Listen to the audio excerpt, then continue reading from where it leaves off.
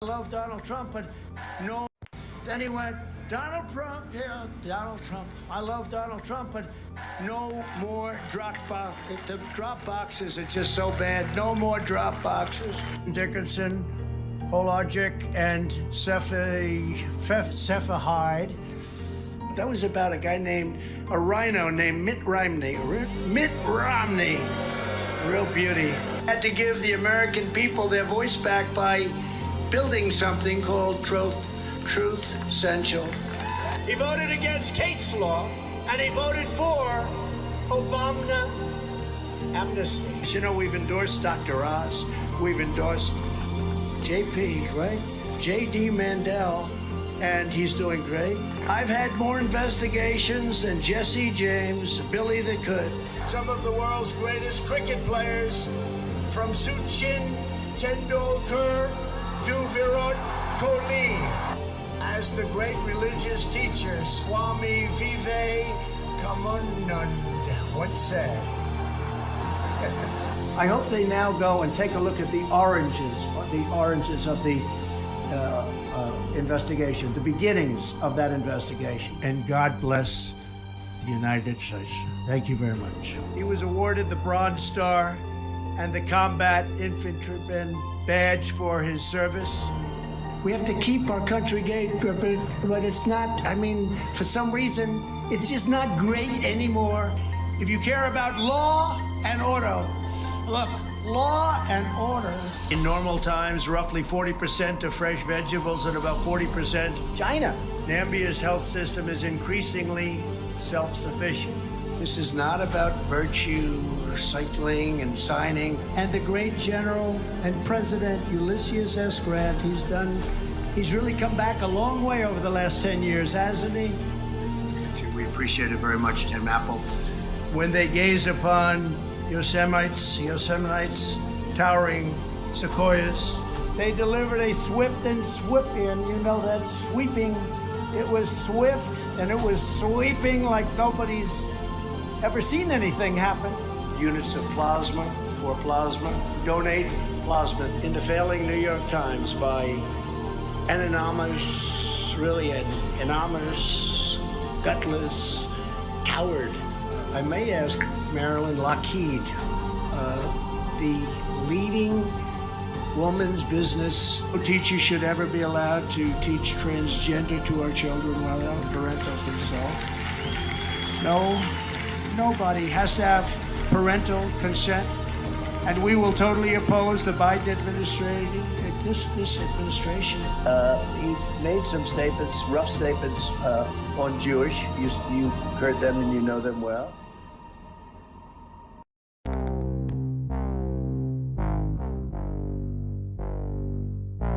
Trump was doing this with his personal toilet. But sinks, toilets, and showers. Elements of bathrooms. 10 times, 15 times. Elements of bathrooms. We're looking very strongly at sinks and showers. Elements of bathrooms. 10 times, 15 times. Elements of bathrooms. What on earth is going on with Trump and toilets? Trump's White House toilet would be clogged with documents that Donald Trump was flushing down the toilet. Is this the explanation? Is this the explanation? Big, massive dumps. Elements of bathrooms. 10 times, 15 Trump was times. doing this with his personal toilet. Elements of bathrooms. And showers. Big, massive dumps. Elements of bathrooms. Duty. 10 times, 15 times. Elements of bathrooms. God bless the United States. Thank you very much. Elements of bathrooms.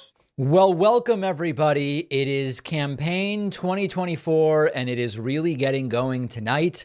We are expecting that Ron DeSantis, as soon as a little bit of a, I guess you could call it, Ron DeSantis has a paperwork problem where right now the law in Florida is that you have to resign the governorship in order to run for president. And Republicans in the state legislature are trying to change that so that Ron DeSantis will be free to announce. But in the meantime, it is Trump versus Nikki Haley and Vivek Ramaswamy. That's the Republican primary right now. And moments from now, mere earthly moments from now, we are going to hear from the failed former president who again wants to be president in Iowa, delivering a speech on education. Now, I can only imagine that if Trump is talking about education, he will be talking about so-called parents' rights. And when Trump talks about so-called parents' rights, he talks about no one should be allowed to teach transgender. And we will ban men. So I think we will almost certainly hear from Trump about teaching transgender tonight. This speech is scheduled for just a few minutes from now. I'm so glad that you're joining me. We're going to look at some of what's been going on behind the scenes there in Davenport, Iowa, and I expect it to be an extraordinarily unhinged evening. Okay, what is happening with the facial hair? Nothing really.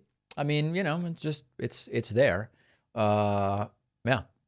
There's really nothing to talk about as far as the facial hair goes. Jacob says, "Sir, where did the Mango song go?" Via super chat. Just didn't play it today. It's still there. I mean, listen, let me see where it is. Here it is. Uh-oh.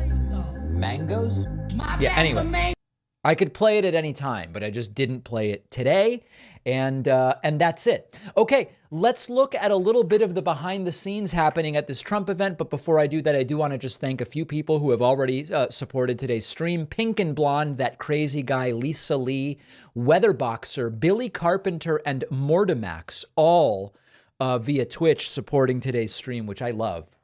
A YouTube viewer named Obamna Prump says, "David, sir, I'm coming to you with tears in my eyes to say thank you for all you do." Well, thank you very much, Obamna Prump. Obamna.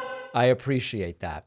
Let's look at a little bit of what's been happening behind the scenes. Right Side Broadcasting caught an explosive story outside the venue wherein someone was accused of having cut the line, which is a big deal at these Trump events. Look at this. What's your name? Brian, Right Side Broadcasting.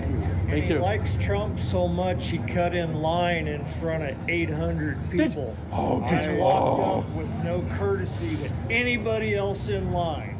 I did not know I wrapped around the corner. I saw you guys at the back. But you never moved when You know now, though, dude. Now you know. we informed you. No. Let's be a negotiator. So Trump's a We are. negotiator. He's a nego- Okay, negotiator. Part of the deal. But look at the senior citizens. that he cut in front I really can't stand people who just do this. This happens all the time. You know, when I go to the grocery store, it will often happen that there is, how can I describe this? Sometimes, like, there's a line, you know, in cities. If, by the way, you go to the Union Square Whole Foods, it's a mess in there. Okay, so this is like basically every time you go. But at a lot of busy grocery stores, there will be the registers, and then the line would block the passage, so people stand back to leave a gap. Is what I'm saying clear? Do people know what I mean? Like there might be an interruption to the line, because if you didn't interrupt the line, you would just block everybody trying to get through with carts who are shopping and not in line. Can you more or less visualize that?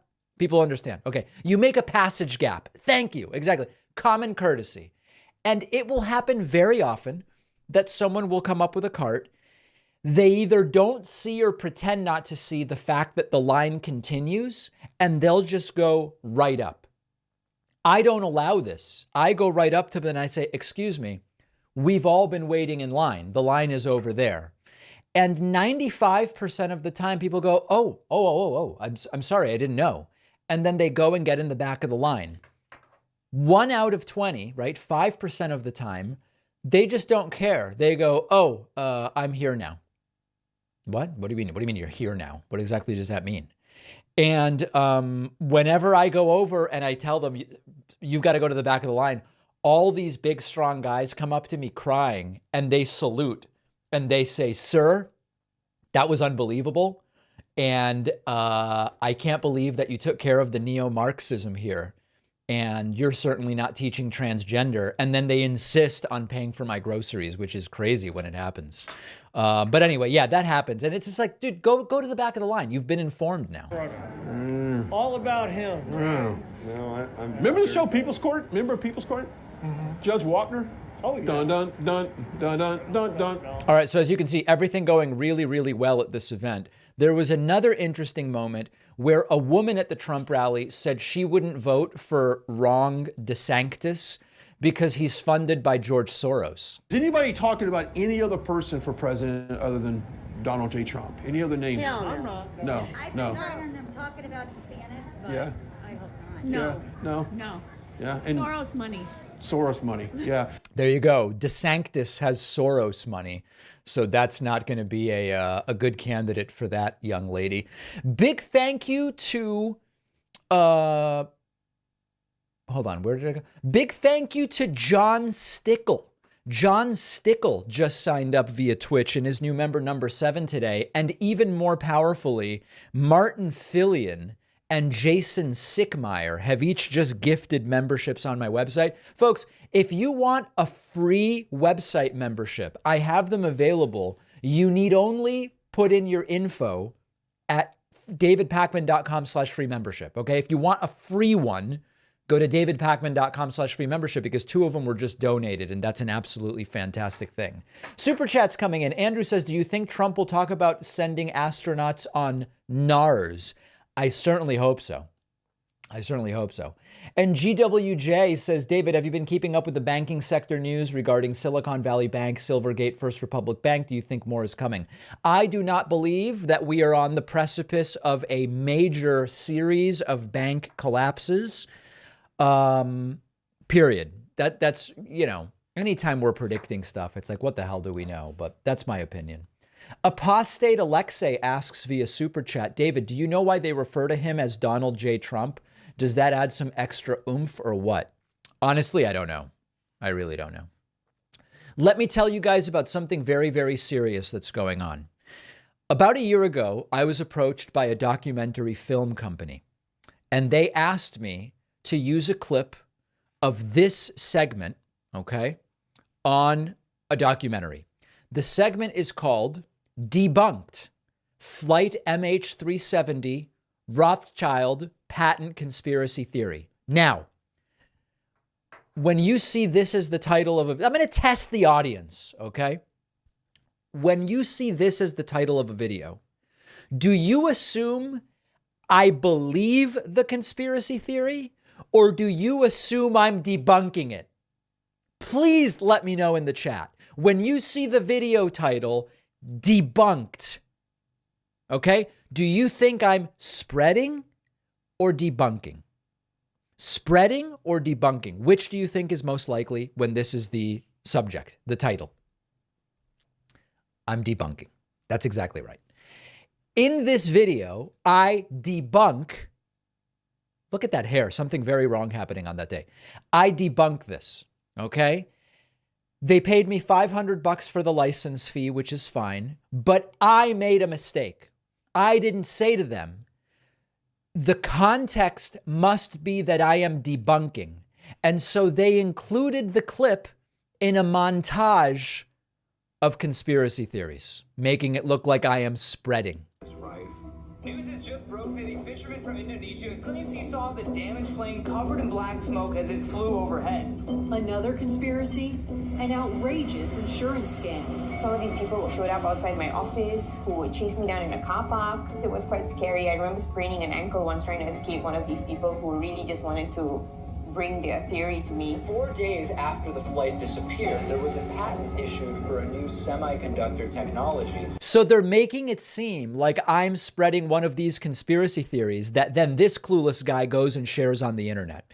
This is literally the opposite of what I was doing. Now, I'm not blaming anyone but myself. I am the one who should have insisted on a different sort of contract. But I'm going to do everything I can to get Gloria Allred and Mark Garagos and Mark O'Mara, who defended George Zimmerman, and get them all to sue. Oh, people are saying it's not your fault, David. They obviously were deceptive. Yeah, well, listen, This is why today's coupon code is INDICT as we stand by for Trump. Yes, the coupon code INDICT is a reference to the fact that we are damn well beyond when we should be indicting Donald Trump. But the coupon code INDICT also refers to the documentary people. By the way, this thing is #1 on Netflix. It's #1 on Netflix, and it makes it seem like I'm spreading conspiracy. We're going to try to sue them to high heaven. Okay? So what I ask of you today, in all seriousness, we're kind of joking, but I'm also kind of serious. It would be really great if you signed up and got a membership on my website. We're doing a whole bunch of new stuff, including we've got a Spanish channel that we're paying for dubbing on. All of this stuff is expensive. I would really love for you to sign up at joinpacman.com. If you have cable, you're giving Fox News $4 a month. A lot of people don't know that if you have cable, the deal that Fox News negotiated is they're getting $4 a month from you. Okay? Use the coupon code INDICT. You'll pay like $2 a month and you'll get a membership to my website and the bonus show and all of these great things. Okay? So I do appreciate people doing that. The code is INDICT, and I want to say thank you to Martin Fillion, who is the latest to subscribe on the website. Couple things on the table. If we get to 100 website members tonight, I will open phone lines after Trump's speech. And if we get to 250 on tomorrow's show, I will shave half my mustache and the opposite half of the goatee and do a show like that. And I know some people are like, David, don't do that, but I will do it. I will do it, which will be incredible. And also thank you over on Twitch to Tiny Sir Jen for gifting 5 subscriptions. Let me see if I can keep up here. That puts us at 15. And then Gaste Viande, as well as Alice Maravillas, have all signed up. And that puts us at 17. Super chats are dumping in. Will we finally see Trump care revealed? I don't think you're going to hear that tonight. No. I saw it. The documentary was almost entirely conspiracy theories. Oh, God. Yeah, I would be super interested to sue and say that it damaged my reputation. So if we have any lawyers in the audience, I think that would be a really interesting case to take up. And I invite you to, join me in my in my lawsuit or whatever the case may be. Couple other things here. Oh, yeah, we were just looking at a couple of other elements here from this Trump event. Let me see if I can get to the other one. A guy was asked what he most misses about Trump. Biggest things you miss about President Trump? The frankness, the honesty. He misses Trump's honesty. God, this is why you really can't convince these people. Here's another one. Let's see. What are you looking forward to either seeing and hearing from the president today? Just keep talking about truth. Yeah. All the truth. In terms of education, what would you like to see him change or improve or suggest? Enforce God and patriotism back into the school. Very, very sick people, folks. Extraordinarily sick people. I want to say a huge thank you to Martin Fillion and Josh Breton, each of whom just signed up on my website, joinpacman.com. I absolutely love it. Okay, people are asking, am I serious about suing the documentary company? So here's the deal. If a lawyer came to me and said, David, you actually do have a case, even though you gave them a license to use the clip, period, rather than a license that requires context, I would absolutely sue them. If a lawyer came to me and said, sir, with tears in my eyes, you don't have a case, then I wouldn't do it. I'm not looking to just sue for the sake of suing, but it would be a fascinating story to do it. I think it would be really interesting as an element for the show as well. So anyway, that's sort of my thought right now. Thanks to Covert Ninja for the Twitch Prime subscription. You're number 20 today. We are moments away from hearing from the failed former president, Donald Trump. I can only assume, because this is a speech about education, that he will talk about teaching transgender. That's a big thing for Trump.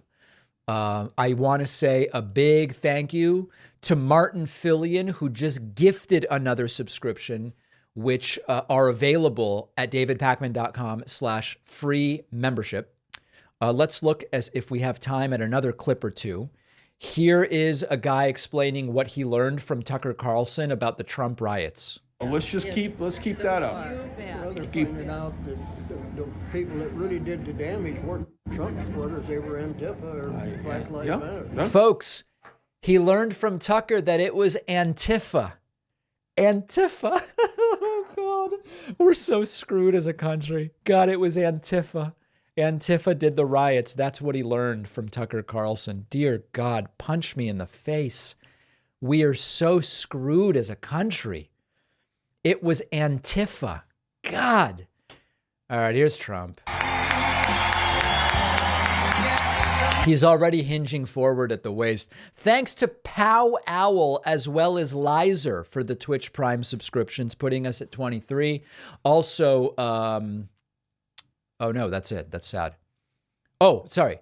Thanks to Gary Reich for signing up at joinpacman.com. You're number 24 today. We are going to listen and I am sure learn about education policy. I would expect this to go about 4 hours probably. It'll be Castro-like. Trump just likes to keep going and going and going.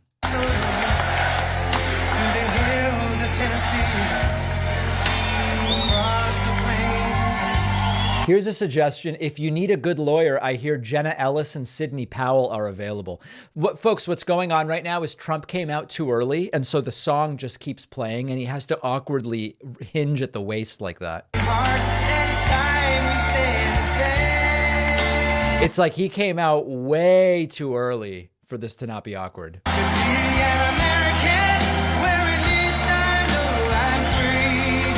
Yeah. Thanks to Sleeveless Inmo Dragon for the Twitch Prime subscription. You're number 25. Remember, we'll open phone lines at the end of the stream if we get to 100, if we survive to then. Still going.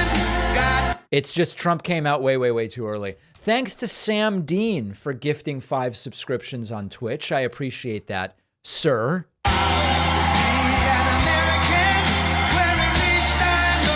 Trump seems, they actually use, my physics class in high school, had Trump already been president, Trump's stance should have been used to learn about mechanical physics. Trump, he seems cantilevered, interestingly enough. It would be everybody who is in the business of building buildings should actually observe the way Trump stands.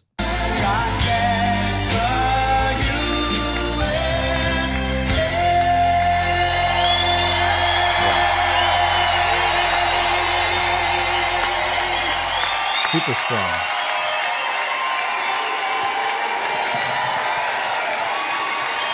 Oh, thank you very much.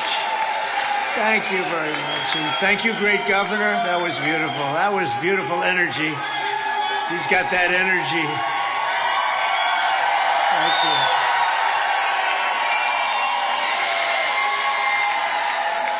I wish we could have gotten everybody in. You have to see outside. There's so many people want to get in. You're so lucky. You're so lucky. We're going to have a good time. So the audio is unsynced. I will refresh once, but if that doesn't fix it, it's probably the feed. I come back to Davenport all the time. It's been really good to us. Okay, so that's not working. Let's try the Rumble feed. But I just want to thank all of the great people of Iowa. I'm proud to be the home of the first in the nation caucuses. And we kept it that way, Kim, didn't we? We kept it that way. As president, I fought hard and won to protect Iowa's first in the nation status and the Republican Party. A lot of people called me about it, including your governor, and I said, we're doing it. That's where it's going to be. It's where it's going to be for a long time. As long as I'm around, I'm telling you, it's going to be. The Democrats did it a little bit differently, didn't they? They chose a different order. I want to thank Kevin Reynolds also, because he's been a friend of my son's and a friend of mine. They like hunting, and they're the only two. You know, a long while ago, we had a situation where Kevin and my son Don went out hunting with a certain gentleman who we love, a certain governor, previous governor, and they had a very cold weather. The only two that didn't show up for 3 days back, everyone came back in about 15 minutes. It was too cold. Were Don and Kevin. Do you remember that, Kevin? They said, what happened to those two? Those two could take the weather. There was no problem. They came back. They said, what's the problem? But I just want to thank you very much, Kevin. Great job. Great job you've done. Don says hello. I also want to congratulate and thank Lieutenant Governor Adam Gregg. Adam, thank you very much. Former Acting Attorney General Matt Whitaker, a friend of ours for a long time. Horrible guy. He's been a great gentleman. And your former congressman, who I endorsed very, very strongly. We had a good run with Rod Plum. Thank you. Rod Plum. Thank you, Rod. Good job. Jesus. State Representative Brooke Bowden. Thanks, Brooke. Scott County Sheriff with the most beautiful family, Tim Lane. Thank you, Tim. Iowa Republican Party Chair Jeff Kaufman. Scott County GOP Chair Juanita McNulty. That's a nice name. One of the first elected officials to endorse me. I love this guy. He was so early. He endorsed me before I was even running. He said, you know, that guy would be good. Those are the guys we really like, huh? State Senator Brad Zahn. Thank you, Brad. Oh, we love that guy. Thank you. Thanks, Brad. I also want to thank my Iowa senior advisor, Representative Bobby Kaufman, and many of his colleagues. Bobby is so good. The way this is going, I would expect it to run 5 hours.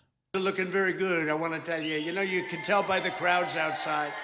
You can tell by the crowds, but his colleagues in the Iowa House and Senate who are here, and they've all endorsed me, and I really appreciate that, including state senators Jeff Reichman, Charlie McClintock, state representatives Craig Johnson, Ann Osmundson, and I love that name. What did he say? Mark Cisneros, Steve Bradley, Derek Wolf, Heather Hora, Brad Sherman, Heather Horror. Cindy Golding.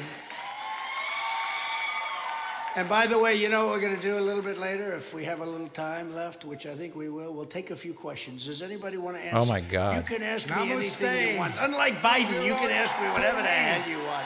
Suchin Tendulkar, Kwame Vive, Kamunand.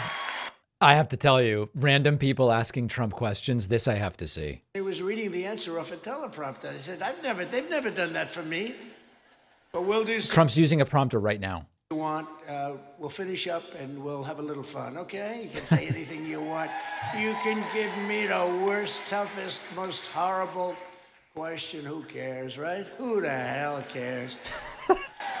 For 7 years, our MAGA movement, the greatest in political history, there's never been anything like this, has been taking on all of the evil and sinister forces trying to destroy America's future. You know that? You know it better than most. We stand up to the globalists. We stand up to the Marxists. Oof. The Marxists. Remember, I said, we will never have socialism. That train left socialism a long time ago. Never even stopped at that station. We stand up to the crooked Democrat prosecutors all over the country. If I There's no Marxism in the U.S. happens to be Democrat, let's call them into a grand jury. They have nobody's ever weaponized like this group of people. They're maniacs. We stand up to the rhinos, communists, and the anti-energy extremists. We stand By up the to... way, that weird thing going on with the audio, it's something there where like the crowd is like not audible and then it pops up. It's very weird. A bit of it right here. Lot of it. We put workers first, we put farmers first, and above all, we put America first. We put America first.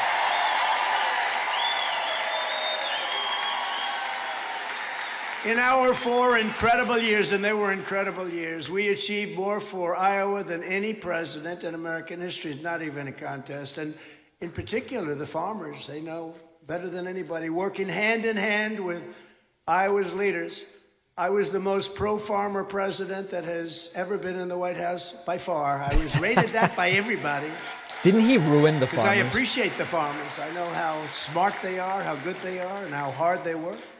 Nobody in history did more for farmers of our country, the great farmers, than I did. To protect family farms, I virtually eliminated the unfair estate tax or death tax. You know, remember I used to say, that was a "Look, bad glitch. I'm trying to get this passed. I don't know if I can get it. But if I do, if you love your children, you can leave your farm to your kids. If you don't love it, you don't have to worry about tax. No tax! They call it a death tax. That's not a nice word, but, you know, very appropriate. If you don't like your kids that much, or if you don't like them at all, which happens on occasion, don't leave them a thing. The Trump tax knows about won't that. help you. Don't worry about it. Does anybody in here not like their children? Oh, be careful. Oh, Someone cheered. we got to be careful with that. The problem is the fake news media is going to report that as fact. You know that. You're going to have a lot of explaining to do. He loves his boy. He loves his family. We also gave a giant tax cut to family farms that operate as pass-through entities, a big thing for you farmers, which constitute more than 90% of all agricultural production in the United States. So we got the pass-through done. Nobody thought it could be done. I repealed Barack Hussein Obama's ridiculous Waters of the United States rule. Do you know what that is? Obama. It sounds so nice, Kim. It sounds so nice. Waters of the United States. I said, I'm going to get killed when I repeal this one, because the only thing good about it was the title, Waters of the United States. And I repealed it, a federal power grab over every ditch and every puddle on private land to make it sound like it was a lake. You couldn't use your property. What a They really lunatic. were taking your property away. I'll never forget when I did it. I had a group of farmers and builders, home builders, standing behind me, about 50 of them. Crying. And when I did it, half of them, these are men, and in some cases, about 5 women, they never cried in their life before. Super Maybe when strong, they were yeah. a baby in their mother's arms. But they're not criers. Half of the people were crying. I gave them back their rights. I gave them back their property. I mean, it was an incredible thing. Heroic actions, quite frankly. And our Department of Agriculture cut 7 old regulations for every 1 new regulation, saving farmers and taxpayers Including the types of regulations that led to the train derailment, as well as the recent bank collapse. disaster. Worst trade deal ever made, and I replaced it with something you like very much, with the USMCA, Mexico and Canada, best trade deal. There are almost no differences between those two trade deals. Appreciate the deal. I see they're up there. We want to renegotiate. It's not working so well. We want everybody to be happy, but it's better that way than the other way. For for decades, we had to live with NAFTA. What a disaster it was. But the USMCA, we're very proud of that. Everyone said that's another thing couldn't be done. We did a lot. At my personal insistence to Prime Minister Trudeau, the USMCA pried open Canada's dairy, poultry, and egg markets for American producers. They were shutting us out. You have no idea. Trump pried open poultry. China, like no administration has ever done before.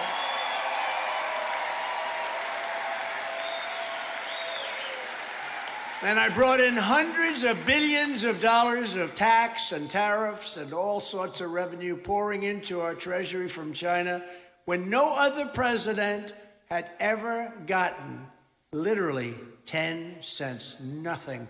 They came in and they took our country by storm, and we stopped it, and we made one of the greatest trade deals ever. We were mistreated by China, and our farmers were mistreated more than anybody else, and I took a list as to what amount that bad treatment was, and I went to he did a great job, Sonny Perdue. He went to Abdul, right? Sonny, let me ask you a question. I want you to figure out over the next couple of days or sooner, how much money did China rip off our farmers in this country? You have to tell me. He got back to me and he gave me it on a yearly count over He said, a few "Sir?" years, but the total was $28 billion. And I told China, you have to pay it. And you know what? They paid it. They paid it. And you all, many of the people in this audience, That never got happened. it checked. I took it out of the tariffs Oh. that I charged China. We had a lot of money left over. I can tell you that. We had. Remember, he still doesn't understand how tariffs work. The tariffs are paid by American companies. We took a lot of money. We saved the steel industry. We saved a lot of industries. We handed checks to the farmers for $28 billion. Did anybody get a check in this room for the farmers? Because you got to be. Yes. Nope, good. nobody got them. Not as many as I would have thought. You all got checks, but maybe you're not in that business. But we're all with the farmers, and they got $28 billion. Nobody saw that one coming. That was one that they said, this is incredible. But he also made a deal with China, and the deal with China was a phenomenal one. My people wanted $15 billion in agricultural purchase. I said, you have to buy. And otherwise, we're not going to do business with you and other things other than the farms. And I said, what's the number, 15 billion? I said, did I hear you correctly? I thought they said 50 billion, right? They said 15 billion. I said, I think I heard 50 billion. Just an electric speaker. The crowd is riveted. You're still doing well today, Kim. You're doing so well today. Even though they aren't totally living up to it, it's still more money than anybody thought possible. And the reason they're not totally living it up is they have no respect for the Biden administration, but still more money. That's why the farmers are continuing to do well. But China and the USMCA were just the beginning of our fight for the American farmer. I also got Japan to slash or eliminate tariffs on over 90% of U.S. food and agricultural exports. People knew that. What a difference it made. I dealt with the great Prime Minister Abe. He was my friend of Japan. And that one who, unfortunately, as you know, was assassinated by a madman. But what a great man he was, and his people loved him. But he was very fair to us, and we opened it up because we were being treated very unfairly by Japan, as we are by almost everybody, I have to tell you. I can't think of anybody that... Trump is the biggest victim, and the U.S. are the biggest victim. We do have $34 trillion in debt, so I don't know if you call that survival. You know, eventually that comes back to haunt you, right? Right. But we didn't make any good deals. We had no good deals, so we made a lot of them great, and some of them phenomenal. The European Union agreed to nearly triple its beef imports and opened the markets to American soybeans at a level that nobody thought was going to happen. I also won our farmers gigantic concessions from South Korea, Argentina, Brazil, Guatemala, Tunisia, Ecuador, Morocco, and many, many more. I was working very hard on Europe, and that was going to be a deal that was done because they don't treat us very well. Europe, believe it or not, you know, it sounds... Anybody know what he's talking about? Come from Europe, sounds very nice, but they treat us very bad on trade, very badly on trade. And even if you look at the war, if you look at what's going on, we're at about 150 billion, and they're at about 25 billion. I would say that's not right, you know? But somebody's got to tell them. All you have to do is say, listen, you're delinquent, you got to up it. You got to up it. It's not fair to our country. It's not fair. But we had an election that... It feels almost like it's a completely empty room. Good at all. You've seen a lot of the reasons for it's a disgrace. We got more votes than any sitting president in history by a lot, by millions. We got 75 million votes. More. That's what they report. They say the other guy got 80. I don't think so. He did one hell of a job from his basement. Yeah, like I said on the PBD podcast, if you're Trump and you lost to a guy who ran against you from the basement, I wouldn't be talking about that. I'd be embarrassed. To boost farm exports by more than $60 billion, supporting millions and millions of American jobs, and right here in this room and right here in Iowa.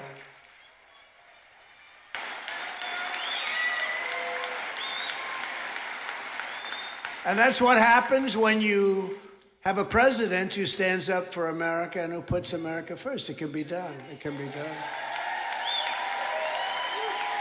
I remember France, who I like a lot, but France, they were going to put a tax on a lot of our business. Almost all businesses dealing in France. And I said, that's okay if they do that. And my people came back to me, smart people. Sir, they're going to put a tax on, and I said, just go back and tell them they have to. It's not fair. Sir. And you know who I'm talking about. And he's a good man. He's a friend, Macron. And I said, listen, here's what we have to do. If you want to do this, because my people came back after like 2 weeks, they couldn't get anything. They got nothing, Kim. You have people that are better than that, I'll bet.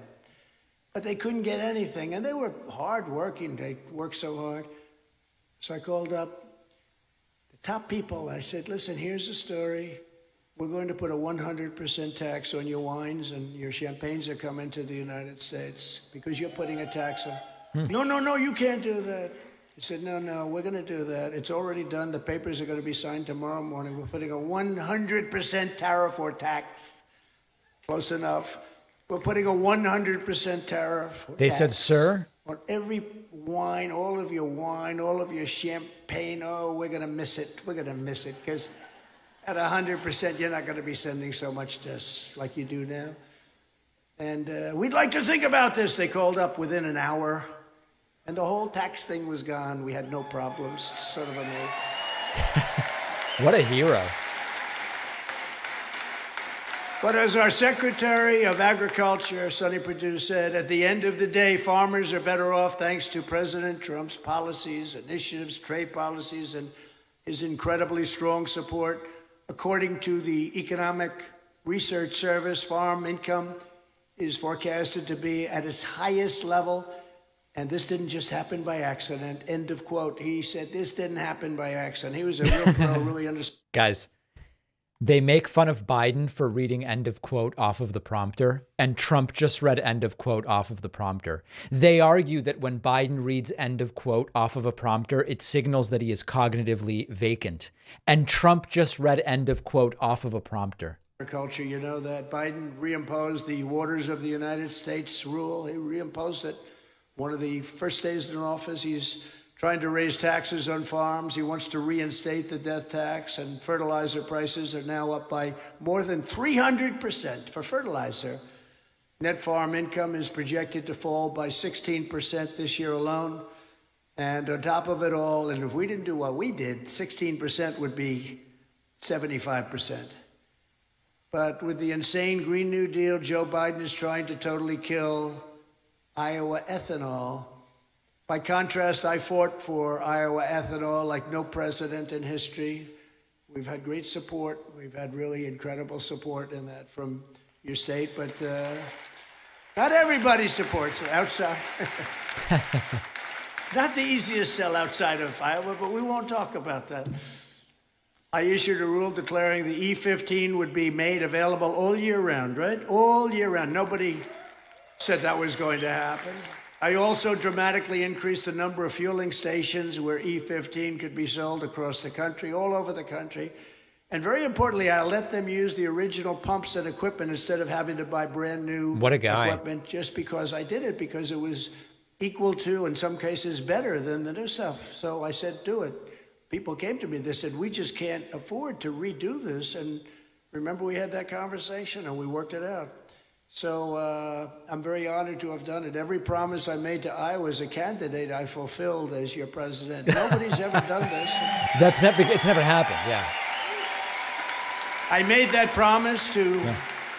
He did the wall. He did the new healthcare thing. He solved the Israeli-Palestinian conflict. And I took care of it. I promised to move the embassy to Jerusalem and to get it built, and I did.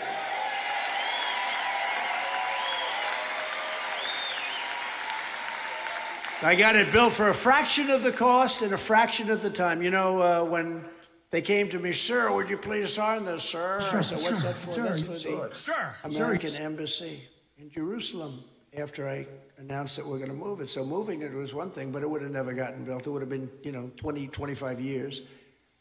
I said, how much is this? $2 billion, sir. I said, wait a minute. We're going to build an embassy, like a one-story building, two-story building. How do you don't build them for $2 billion in Iowa, I don't think, Jeff, do you? So I said, why so much? They said, well, I'm really learning a lot about education, which is the subject of this speech. Well, we do, sir, but nobody's really looked at that. We'll take a look. So I called up some people and we looked at it very closely. And we happen to have the best piece of land in Jerusalem because we sort of were there early.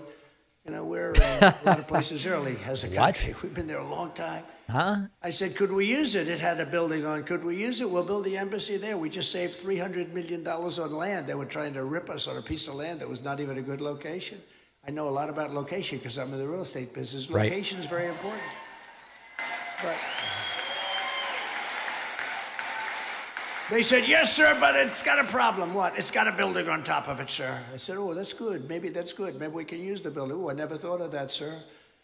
So I had a study done, and the building was very strong. It was set back. All of the things that you had, they wanted set back for security. It was a very big site, beautiful, beautiful views, really the best site.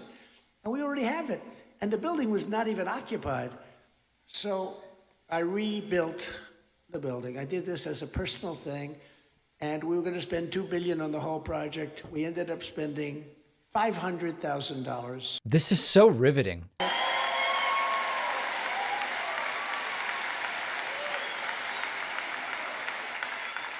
I went to he was a great ambassador. And David, I said, David, let's see what we can do it for. He calls me back. So we can do it. This is the first time I ever did this. We can do it, sir, for $297,000. I've never said this before. I said, David, that sounds too cheap, you know. Usually I say, let's see if you can cut it in half. Cut the price in half. But, you know, I'm going off a $2 billion number. So I said, you know, a friend of mine, big... I hate to tell you guys this. The speech hasn't actually started yet. Trump's just riffing. We still have to have him start the speech. This is Jerusalem stone. I said, if you tell me that again, I said, what's the big deal? Oh, this is the finest stone, the greatest stone. It comes from Israel and everything else. So when I heard that, I said, you know, 2 years later, I said to my guys, can we build this building in Jerusalem stone? Yes, sir. It's the cheapest stone we can buy. It's right here. You believe it? So the whole building is Jerusalem stone. Nobody can believe it, and it's gorgeous. So we opened it up on time, under budget, actually under budget, and it's the embassy. And, you know, someday maybe they'll take it down and build some stupid building that costs $2 billion and is unnecessary. It's just like a free association thing. It's really crazy. It's worse than ever. Declaring Jerusalem the capital of Israel, which is a big deal to a lot of people. Yeah. In Iowa. Big deal. But we got the building built. Iowans are really happy Trump moved the embassy to Jerusalem. Happen if you do it, it's going to be terrible. It'll be bloodshed all over the Middle East. Nothing. So it was just a way of stopping something that people didn't want. But when you look at the job we did there, and we got rid of the Iran nuclear deal. Now what's happened when you look at what is taking place right now, it's so sad what's going on right now. They were ready to make a deal. We would have made the greatest deal ever. They would have never had a nuclear weapon. They would have been actually happy about it. But this group came in and allowed them to get rich and allowed them to dictate the terms, and it was really, really a terrible thing. I promised to appoint true conservative justices to the United States Supreme Court, and I did that, 3 of them. Yeah.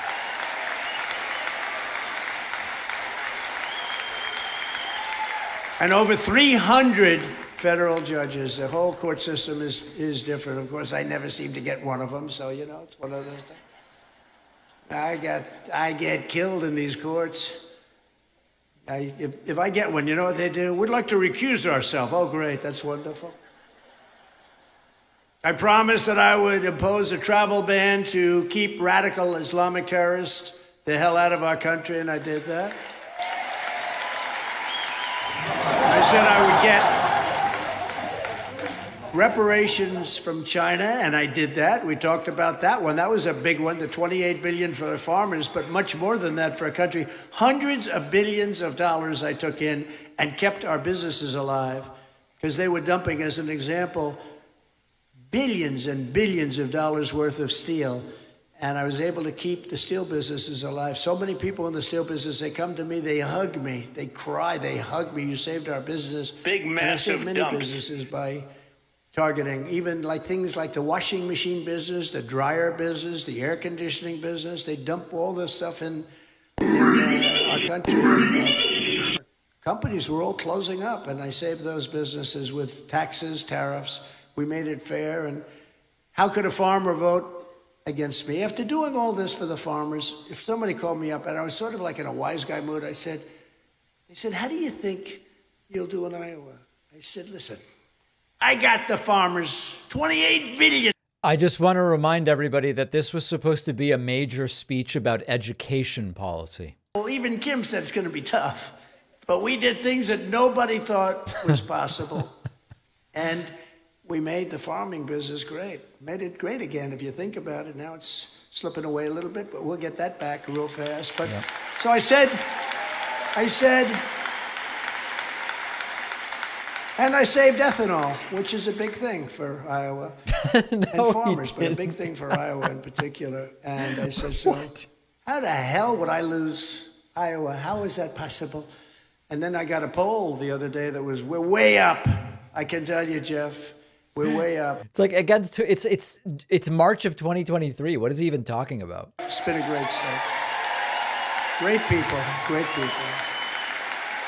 But I made those promises to the people of Iowa and America, and I kept every single one of my promises, and now we're laying out a bold, forward-looking vision for what we will do. And okay, now he's back on the prompter. You can tell that now he's on the prompter. Beautiful White House, and we become together the 47th president of the United States. Within hours of my inauguration, I will cancel every Biden policy that's brutalizing our farmers.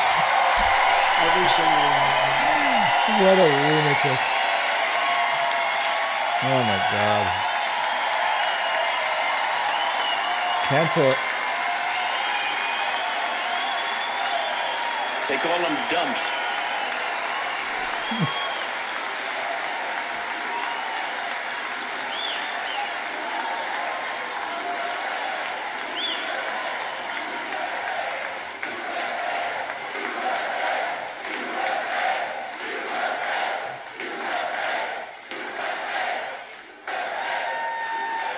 Thank you. I'll appoint a special team to attack the high price of fertilizer. We'll have that taken care of very quickly, just like I did with oil. In fact, I got the oil down so low, I had to save the oil companies. How about that one? Remember that little period when you were getting almost free gasoline? We had to save them. We had to call OPEC, and we had to call Russia, frankly, and Saudi Arabia. We said we had to get the price up. But we saved all those companies. We got the price down to tremendously low numbers, and this country was rotten. We've never had an economy like we had. The country was rotten, he said.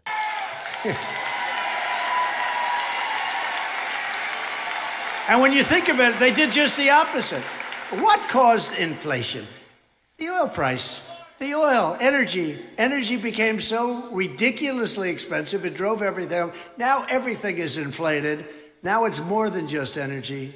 But we'll get it down. We're going to get it down. We'll get it down fast. And I'll tell other countries where we spend billions and billions of dollars on military protection. I've said this during my 4 years. I'd meet with these countries. I said, that's a pretty interesting insight. Inflation was up because prices were up. The prices caused the inflation to go up. It's pretty simple.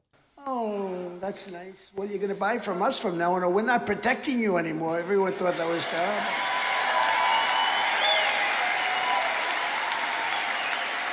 And if they don't give preferential treatment to our farmers, just like I did for 4 years, that's why you had all that business. The troops are packing up and they're going to be coming home. And I tell them that, and there's nothing. Some people said, that's very tough, sir. I had one gentleman, a prime minister from a certain country. I said, where do you buy your military equipment? Sir, we buy it from China. I said, so wait, we're protecting you and you're buying it. Another one said, Russia. We buy a lot from Russia. How much you buy from us? Very little, sir. Sir, we need more protection on our east front. Sir, we're not giving you anything. Sir, we're not giving. I mean, how stupid are we? I go through these conversations for 4 years, the dumbest conversations I've ever had. Yeah, true. But they all came alive, and they all came back, and they started buying from us. Unbelievable. I'll also rapidly restore American energy independence and even energy dominance with Iowa ethanol playing a part. You know that. We won't just increase ethanol production in our country, but we'll export ethanol. We're going to export it all over the world. And just as I did for 4 straight years, I will protect the ethanol, and I will go after anyone who wishes to destroy it. And let me tell you, we had a lot of people that fought me on that one. It's also, by the way, it happens to be a national security. Understand that in 2021, under Biden, the U.S. was the top exporter of ethanol in the world. So I guess Biden's doing something right. Incredible for the place and such team spirits. I said, maybe I shouldn't mention this part, but we have to. Should I mention it? More exciting. Okay, so remember this. Ron DeSantis. Did anyone ever hear of DeSantis? The sanctimonious DeSantis. No, Ron DeSantis strongly opposed ethanol. Do you know that? Here we go. And we don't even know if he's running, but I might as well tell you. If he's not running, I'll say he was fine on ethanol. Don't worry about it. He strongly opposed ethanol and fought against it at every turn, and he's going to do that again because people that come out early for something, that's where they go. That's what it is. So, he may do something politically, but he was very, very bad on ethanol, and he fought it all the way, and he also fought against Social Security. He wanted to decimate it and voted against it 3 times. Voted against Social Security. That's a bad one. A lot of people don't know. So what DeSantis voted for was a study group proposal that was non-binding to raise the retirement age to 70. I disagree with that vote, but it's not exactly voting against Social Security. We've done, I think. And on Social Security, well, we're at it. He wanted the minimum retirement age to be lifted to people that are 70 years old. True. A substantial increase over what it is right now. He wanted That's a big increase. And he also voted to severely cut Medicare. I will not be that I wasn't able to find out. I will not be cutting Social Security. We're leaving the age where it is. But you have to remember. Now the crowd likes Social Security. Of Paul Ryan, who is a rhino loser who currently is destroying Fox and would constantly vote against entitlements. He would just vote against. Remember that, the wheelchair over the cliffs, the Democrats used it. The wheelchair over the cliff commercial, very effective. That was about him. But Paul Ryan's a big reason that Mitt Romney, I'm not a big fan of Mitt Romney, lost his election. And to be honest with you, Ron reminds me a lot of Mitt Romney. So I don't think you're going to be doing so well here, but we're going to find out. But those are the facts. But I'm proud to say the final numbers just came out, and the primary elections, 98.6% of the people that I endorsed in the elections, in the primaries, won. Think of it, 90. The final numbers came out. Young guys, they have a 98.6 temperature. Everyone else in the room, it could be different. Who the hell knows? But they're young. They got 98.6. So it's easy to remember. 98.6% of the people I endorsed won in the primaries. And what you never hear from the fake news media, I endorsed 253 people, and of the 253 people I endorsed in the midterm elections, 233 won. So we've endorsed JP, right? J.D. Mandel.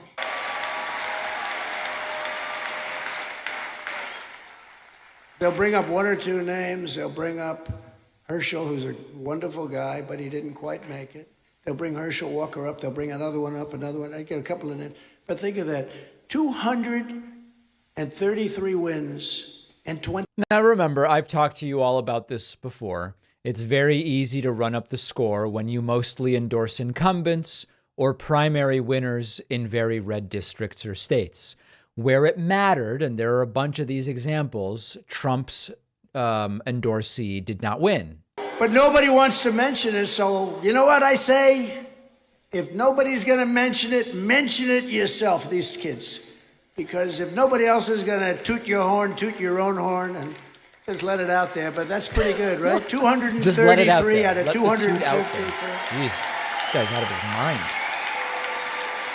As the publication, Town Hall publication, good publication, said, every single time that Donald Trump has been on the ballot, Republicans either held the majority, like in 2016, or gained seats, like in 2020. The same individuals who want to blame him for losing the Senate in 2020, it was not my fault. I had a lot of good people got in because of me, like North Carolina, Ted Budd, like so many others. We had a lot of them, including some sitting senators that were in big trouble. But They want to blame him for losing the Senate in 2022. By the way, J.D. Vance did great. J.D. Vance was another one. We've endorsed. And he's been fantastic, right? I have to tell you. J.D. Mandel. But they have amnesia from 2018 when President Trump was in the White House and Senate Republicans gained a lot of seats that were unexpected in the midterm elections. They never mention that, the fake news, do they? But it's funny how that conveniently left out always in the discussion. They never liked doing it. So on top of this, the publication said Trump still has really high approval ratings with the Republican voter base, is defeating Ron DeSantis in poll after poll by a lot, and I'm beating Joe Biden by a lot, very importantly. So listen, I want you all to stick around with me. I am warning you, we may have hours of this ahead of us because he's done 90% off the cuff and like 10% of the written speech so far. We could be here for a very, very long time. I will open the phone lines after, even if it's midnight, if we get to 100 website members and Twitch subscribers, but there might not be anybody here left at that point.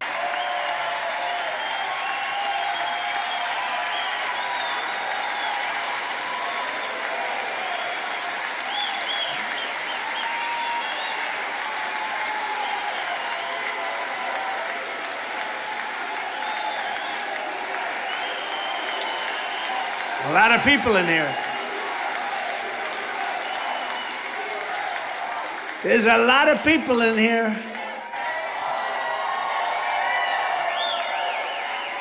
I asked people, by the way, we have these rallies, and this isn't a rally. This is different than a rally. We'll be back for a rally soon. It's a little too cold outside. I said, why aren't we doing one at an airport where we can have 50,000 people? They said, sir, it's too cold. Yeah. That was a good call because it's very cold outside. When was the last time Trump had 50,000 people at a rally? Anybody know? They want to get in. This great spirit. 2 years ago, we had the most secure border in U.S. history, and we will quickly do that again. We had the most secure, we had the best numbers that we've ever had in recorded history. I built hundreds of miles of wall, and we completed the original task as promised, and then I began to add even more in areas where it was needed. We did hundreds of miles, and then, thank you. I don't know what she said, but whatever she said sounds good. But you know what? We did hundreds of miles of wall, and between that and getting Mexico to give us 28,000 soldiers free of charge to keep He's going to do out. that story. And I want to hear the Mexico soldiers story, the Abdul story, and the teach transgender story. I'd love to have a stay in Mexico policy. We used to have stay in the United here it States is. for the rest of your life, because once they were here, nobody ever got them out. They never went back. They never came back. They'd be given a court hearing, and they would just not even think. They would throw the piece of paper away. It didn't mean anything. But I got a stay in Mexico policy from Mexico, if you can believe it. The reason This is the story. to do this, because if you don't do it, we're going to put tariffs on everything that you have said. They said, we would love to do it, sir. It would be a great honor. They said to me, we will never do that. They thought I was crazy. I said, listen, I need about 28,000 soldiers, of your soldiers, to keep people from coming into the United States. The guy looked at me like, you got to be kidding. That's the dumbest request I've ever had. I said, oh, no, you'll do it. Don't worry about it. You'll do it. No, we will not. We will not do it. We had a woman in the State Department. She said, sir, you'll never get these things. 10 different things I asked for, including the medical, which, as you know, is now expiring, which they should let that happen. But she said, you'll never get it, sir. But I had the second highest ranking person in Mexico. And I said, no, you'll do it. No, we will not do this. Why would you say that we would do that? 28,000 soldiers, that's a lot of soldiers. I said, no, you're going to do it. You're going to keep people out of the United States. And we're going to have what's called stay in Mexico policy. No, sir, we're not going to do it. I said, well, listen, here's the story. If it's not done immediately on Monday morning, this was a Thursday, on Monday morning, we're going to sign. I've already got it made. Here's the papers right here. We're going to put taxes and tariffs on every automobile and everything that you make coming into the United States. And that amounts to tens of billions of dollars. So I really think you're going to do it. Sir, we'd be happy to do it, sir. We'd be happy. He's going like this. So that's the Mexico story. Now I think next will be the Abdul story, and then we'll go to the teach transgender story. That's my guess. But they did, and they were great. And I really like the president of Mexico. He's a socialist, but, can't have everything, right? He's a great guy, actually. He's a friend of mine. He said that election was rigged. That election was rigged. He said, I had one of them 20 years ago, President. I had one of them. It's not a good feeling, I will tell you. But he's a great guy. He's a fantastic guy. And, it's not an easy country. It's a very, very tough country, Mexico. Very, very tough. Very dangerous in many ways. but they have a wonderful man leading it. But they did that, and we had stay in Mexico, and nobody would come into the United States, and we had that border. So until we got approval, if they were good, if they qualified, and many of them did, not that many, but many, and they'd come into the United States and live happily ever after. But we kept everybody out. There wasn't MS-13. We took MS-13 out by the tens of thousands.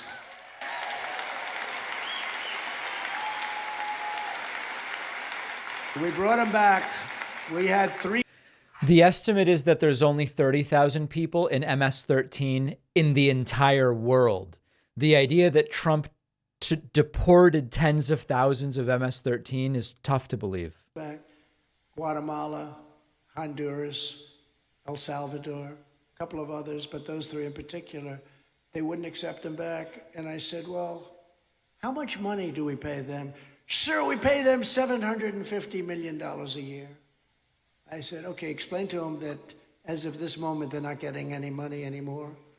Because they literally wouldn't. When we had a plane flying in with these horrible people, MS-13 and others that are just horrible, killers, rapists, drug dealers, they'd be flying, and they'd put planes on the runway so our planes couldn't land. They wouldn't let our buses in. They wouldn't let anything, and they didn't want them back. They were gone. They were the ones that got them out. They'd put them in the caravans. I came up with that name, but it was a caravan. They'd put them in the caravans, oftentimes in the middle of the caravan. Right. And you'd have this big caravan coming up to the country. It's just terrible. So what I said, we ended all of that stuff. You didn't see that until this administration. Now it blows everything away. Nobody's ever seen what's happened. Sure. Nobody's ever seen it. But I said to them, what happens? They said they won't take them back. So I said, okay, just explain that they're not getting any money from the United States. The following morning, I got like 3 calls almost at the same time. 3 leaders of the 3 countries that I mentioned. Sir, there must be a misunderstanding, though. What's the misunderstanding? We would be glad to have MS-13 come back. We love them very much. Right. And we got them out by the tens of thousands. Tens of thousands. Our countries are emptying out their... You take a look at what's going on with these countries. The other countries, they're emptying out their prisons, their insane asylums, their mental institutions, and sending all of these people and these massive problems and unbelievable costs. They're sending them to us. There was a picture and a little story about a mental institution in a certain country. And the doctor said, you know, I've been working so hard for 20 years, I couldn't keep up with everything. We're so busy. People wouldn't even have beds. They were so busy. He said, now I have nobody here. You know where It seems like Antifa might be running audio here tonight. United States of America, it's our problem. And you know what? If you ran one of those countries, Kim, you would have done the same thing. I would have. They're cleaning out their prisons. They're emptying their prisons. Their prisons are empty. This is not happening. They're insane asylums, a word you're not supposed to use anymore. Words you're not supposed to use. Unlike Biden. I have 3 words for you to give. We don't want to be caught in that predicament. No more drop 2 words. Insane asylum. These are words you're not supposed to be using anymore. It's not politically incorrect. But mental institutions are being emptied out by the thousands and thousands and thousands. And think of the money they're saving and all of the problems they're saving. And they're dumping them into the United States of America. We're like a dumping ground. And we end that stuff. It'll end so fast, your head will spin. It's horrible what's happened. Big, massive dumps.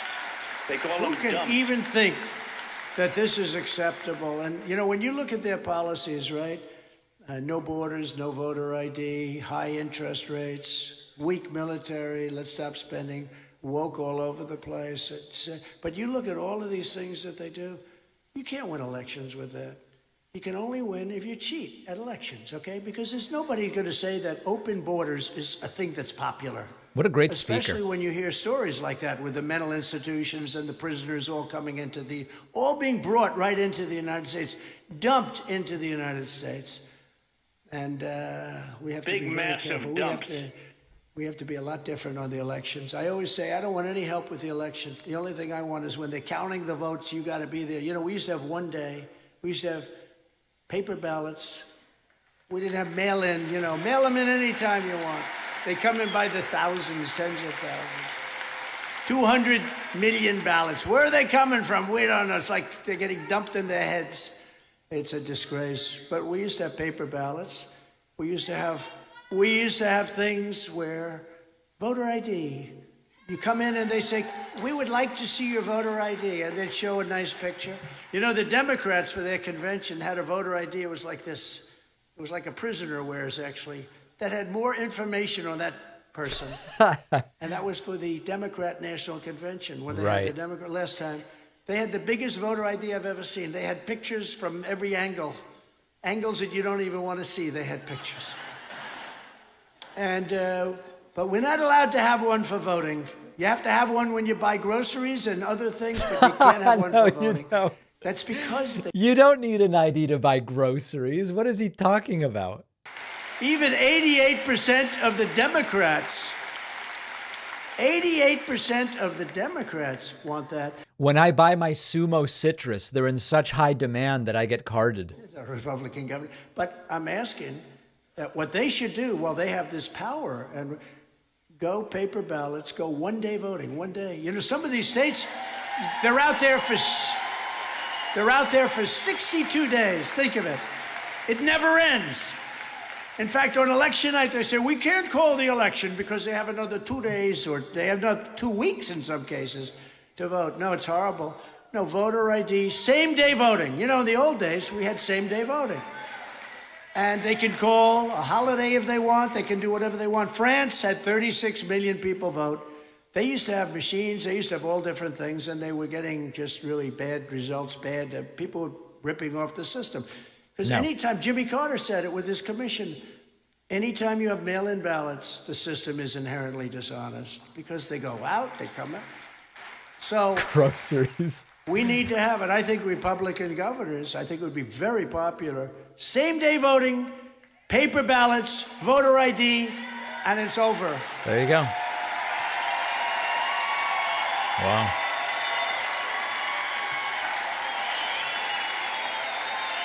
Today. Those, you guys know those really good sweet potatoes that are purple on the outside and the inside, the purple flesh sweet potatoes? Those they card me for because they're so in demand. Vote. At 10 o'clock in the evening, all the votes were cast. You had a winner, you had a loser. The loser went home. The winner went on to govern.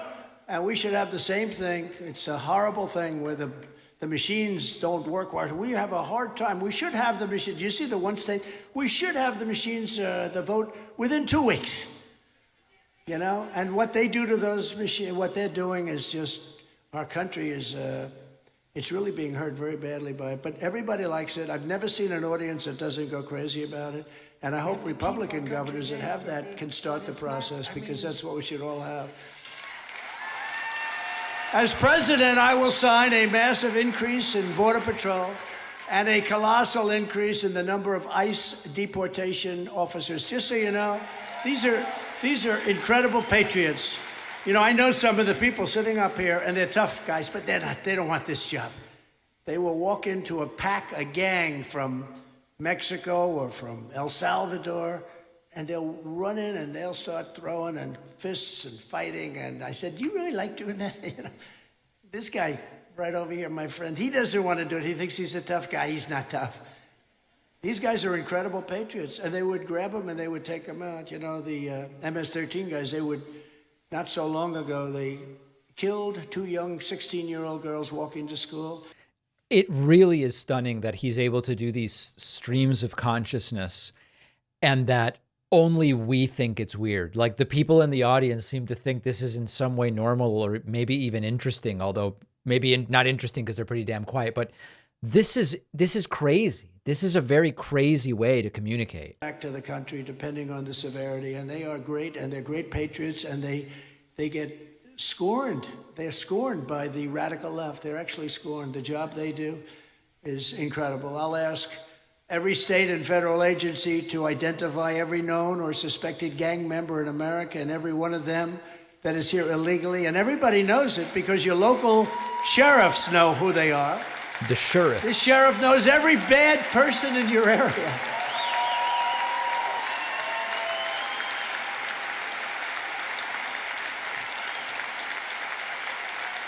But it's politically incorrect for him to say that. But this guy doesn't mind. He doesn't mind being politically incorrect. But he knows. You know the good ones, the bad ones. You know where they are. You can't just bring people in for that. But the local law enforcement knows. But we'll pack them up and immediately take them out of a country, and we will deliver them to the country of origin, the country from where they came. Before I arrive at the Oval Office, shortly after I win the presidency, I will have the disastrous war between Russia and Ukraine settled. It could take 24 hours. Yeah. If it's not done before then. Oh, man. What a shame that is.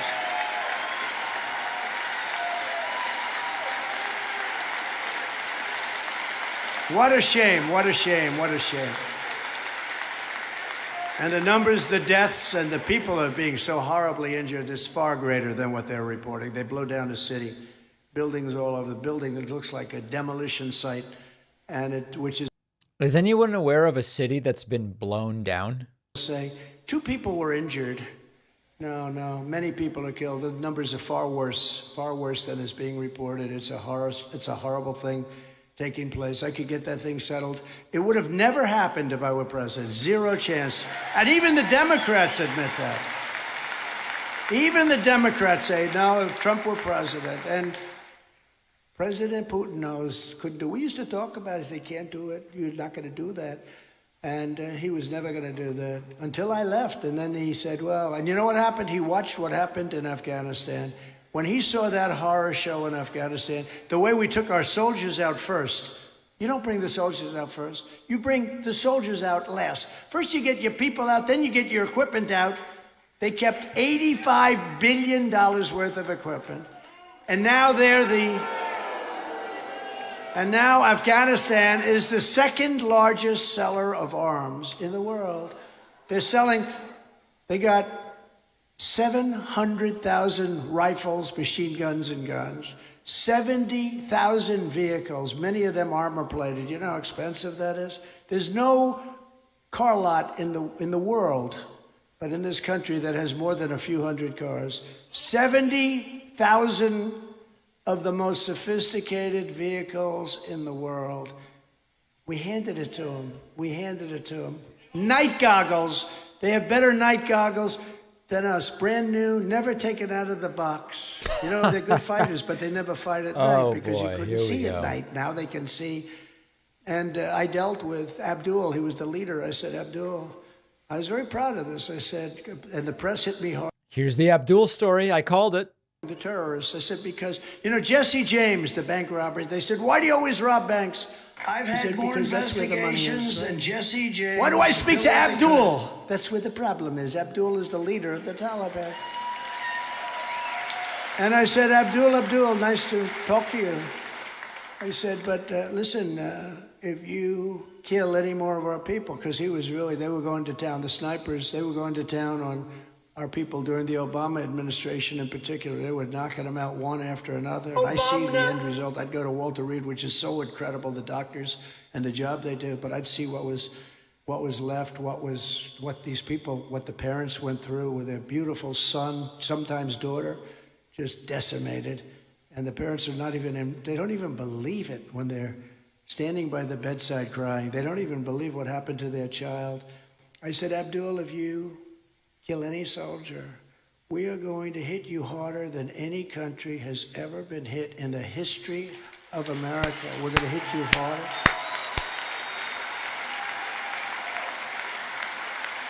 And we won 18 months without one soldier killed in Afghanistan.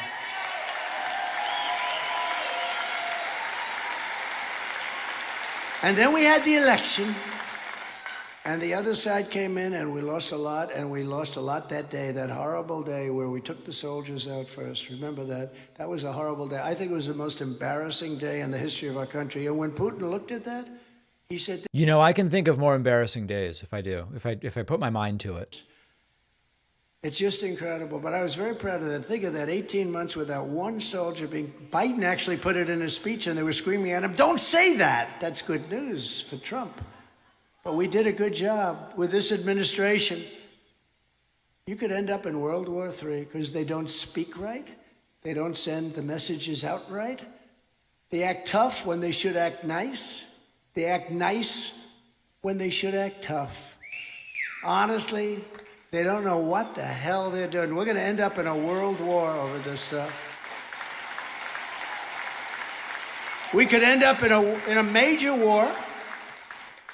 Or you could end up in a major war with China or others. There are others out there. If you're just joining us because we have passed the stroke of 8 p.m. in the East, this is a speech about education that Trump is delivering that started an hour ago. We're an hour in and nothing has been mentioned yet about education, other than the very clear lack of it, given the clapping from the crowd at some very stupid stuff. Tell me about nuclear. The power is so enormous. So this is not like the Second World War where we have army tanks and rifles and we go after each other. This is a level that will possibly end the world. I'll be back in 5. And we have people that don't know what they're doing. We have people that truly have no clue what they're doing. And you see it just like I do. You see the same language. They say the wrong thing. Sometimes they're much too tough, but always on the wrong subject. And sometimes they're weak as hell. Like when Biden said initially on Afghanistan, well, he could go in and maybe take over some of the country. That was not a good signal. That was not a good signal. People said, did he really say that? But we have inflation. These are all self-inflicted wounds, much worse than wounds. We have inflation that's rampant. If you look at what inflation over 200 years, what it's done to countries that had to suffer through it, destroys the countries. It's like cancer, destroys the countries. We have now banks that are closing. 2 big banks yesterday closed. That's a bad sign. That could be the beginning. We have an economy that's in shambles.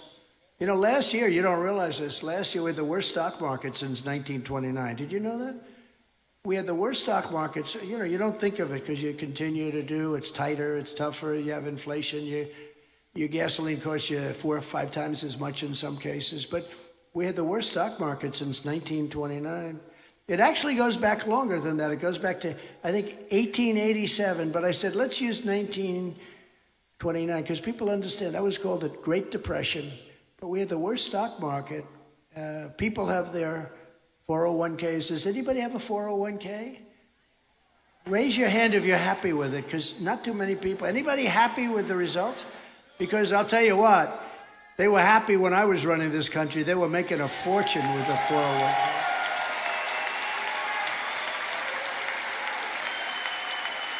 I had a police officer in New York. They're great people. He came up to me and said, sir, I want to thank you. My wife always said I'm a incompetent, horrible investor. We have a 401k. And all my life I was suffering with her, sir. You don't know what you're doing. You did. Sir, she gave me the biggest kiss last night. I was up 59% last year. This is a few years ago. And my wife loves me so much. She thinks I'm the greatest investor ever now, sir. And I just want to thank this big, handsome cop from New York. And I sort of just remembered it. But many people said that. They were up 50, 60, 70, 80%. And now you're going down at numbers that nobody would have thought. Yeah, it was the worst stock market since 1929. Think of that, what that is, the Great Depression. We have a country that's a mess, but more importantly, it's a world that's in serious trouble because we have such an impact on the world. We lead the world, or we should, but we're not leading it anymore. When you see that, and you see Saudi Arabia made a deal with Iran, and they made it through China, not through the United States. Who would have thought of that one? Who would have thought Saudi Arabia, and I said this 2 years ago, I said, you know, if they keep going like this, Saudi Arabia is going to get together with Iran through China, and China's going to control that whole situation. It should have been done through us. We could have had that done so easily. These things are unprecedented. Things are happening that are unprecedented. The Biden administration has driven Russia right into the arms of China, something that is unacceptable. When you're a child studying history, the one thing you learn is you never want Russia and China to get together and form an alliance. Biden has done that. They have a big, beautiful alliance right now. And they've driven Did I miss anything? the arms of China like taking candy from a baby. It was for China. It was very easy. We also have the Iran problem, and I would have had that done very quickly because they were in bad shape financially. Now they're rich again. I told China, if you want to buy oil from them, that's fine, but you're not going to do any more business with the United States. And they said, we will not buy oil from them. They didn't. And we were in a position where we could have made a great deal, and made a deal for them too. Made a deal for everybody to keep the world safe. But when I left, all of a sudden, China went back and started paying a fortune for the oil, and they're rich now. Iran is very rich now, and it's a much different situation than it was. Iran was ready. They were totally ready to make a deal. Then we had a bad election, really bad, and we're in a position now that we have problems that I don't think we've ever had a more dangerous time for this country and for the world. I don't think there's ever been, again, it has to do with weaponry, but I don't believe there has ever been a time like we're in right now. What they've done to our country in 2 years is unthinkable. It's unthinkable. Standing before you today, I am the only candidate who can make this promise. I will prevent World War III, because I really believe... Did I miss the education plan in the 5 minutes I was gone? Pretty good plan, huh?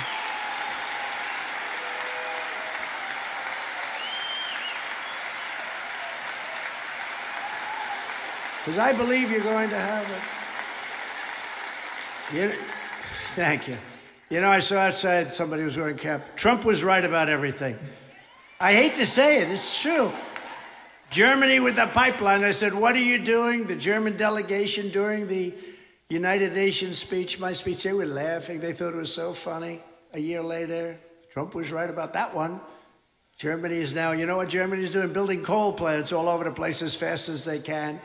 That didn't work out too well. But I was the one that exposed Nord Stream 2. It's called Nord Stream 2, a pipeline from Russia to Germany, but other parts of Europe going to supply. And I said, what are you people doing?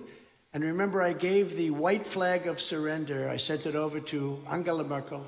She said, but why do you send this to me? I said, because you will be surrendering in a certain period of time. Nobody knew it was going to be in 2 years, but you will be. You've had many wars with Russia.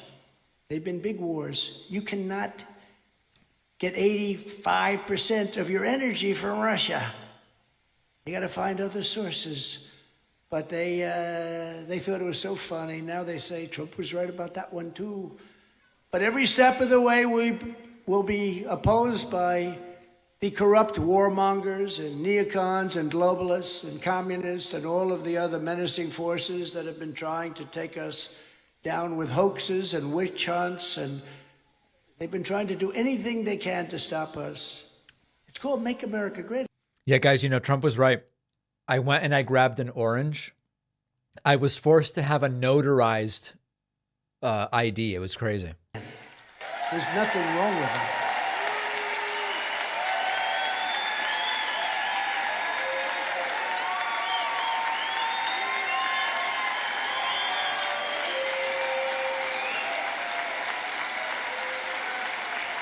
They're breaking every law to persecute us, while Joe Biden's brazen corruption and criminality is totally ignored. I mean, you take a look at what's on the laptop from hell. I mean, at some point, does he, you know, after every day, does he ever say, like, this thing with Hunter, my son, it's just not working out real well. This is, you know, at some point, because that laptop is a disaster. Hunter went to him, actually, and he said, Dad, we have a problem. What? I left my laptop at the repair shop. Oh, well, that's not a big problem. Well, why is that a problem, son? Well, that was a few months ago, and the repair shop now owns it. Oh, that's not good. Well, what's on it? every single crime that you've ever committed. At some point, do we know of one crime that Biden is even accused of committing? you know, in the meantime, they go after us. What's happening is very simple. Our enemies are desperate to stop us because they know that we are the only ones who can stop them. And I will totally obliterate the deep state. I will fire the unelected bureaucrats who have weaponized our justice system. Look at what they've done to our justice system, what they have done to our justice system. I will direct the Department of Justice to go after Marxist prosecutors' offices to make them pay for their illegal race-based. The investigation into Marxist prosecutors will be a very short investigation, I can assure you. China's most favored nation's trade status. You know, China says they're a growing country. We need help. They don't need help. They're doing just fine. But can you believe that they have a most favored nation? I will implement a 4-year plan to phase out all Chinese imports of essential goods and gain total independence from China. That's not going to work. 4 years, more like 40. And I will hold well, that's it. You got to do it. And I will hold the Chinese Communist Party accountable for unleashing the China virus upon the world. Nobody can afford what it is.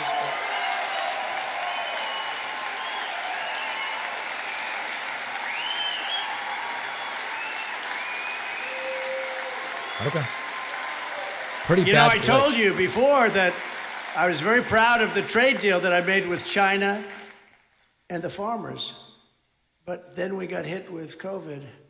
And I don't even talk about that deal anymore because COVID was so horrible and devastating. I talk about the USMCA, Mexico, Canada, but I made a deal that is so big. We talked about it, but I don't talk about it. This is one of the few times I mention it because it happens to be Iowa, and it's important for Iowa. But I hardly talk about that deal anymore because all of the goodwill and the good feeling and everything that was good about it got wiped out with this horrible China virus that came in. COVID, they call COVID-19. What's COVID? What is COVID? It's the China virus. It is the China virus. And it came in and it wiped out. That makes sense. And it wiped out all of the goodwill. It was I would go around for a few months before this happened and I'd say, we just made the greatest deal with China. It's good for China, good for us. We're supplying them with food. They're paying us a fortune. Remember I said, all the farmers, I just made a deal because the farmers were with me. You know, China was really hitting us hard. They wouldn't do any business. And the farmers stuck with me during this negotiation. It was tough. It took 2 years, and they stuck tight. They were unbelievable. They didn't want anything. They'd interview people, and they'd say, the president's doing the right thing. I don't care. I'm losing my shirt, but the president's doing the right thing. And they stuck with me. I'll never forget that, how great the farmers were. You know, everyone always wants something in Washington. I had 39 farmers come into a meeting in the Oval Office, a beautiful, beautiful conference room.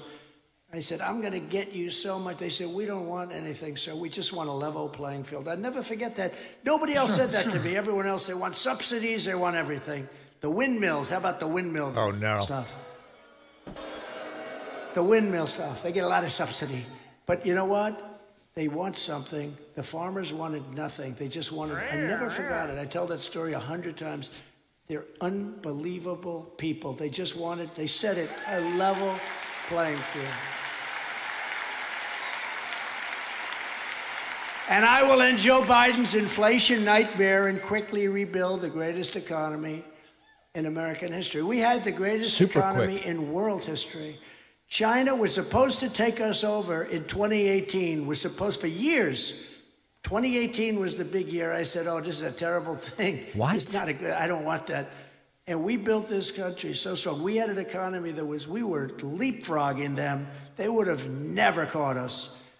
And then the virus came in, and they didn't catch us anyway. But we did it twice. We built the economy twice, and we're really proud of it. I will protect Social Security and Medicare, defending our seniors from both the radical left and the Paul Ryan Republican establishment, because that's what it is. The rhinos, they're worse than the Democrats in many ways because you don't know where they're coming from, right? You don't know where the rhinos are coming. At least you know where the Democrats are coming from, and it's not a good place. But the rhinos, sometimes you don't know. As I announced earlier this month, I will pursue a quantum leap in the American standard of living. Here we go. We will hold a competition to build new freedom cities on the frontier. We have this magnificent, we own most of the country. We have the most beautiful lands in the country to give countless Americans a new shot at home ownership and the American dream. We'll build cities, and we will support baby bonuses for a new baby boom. We want a baby boom. We want our people to have babies like we used to have. This is crazy. Other countries have that problem too.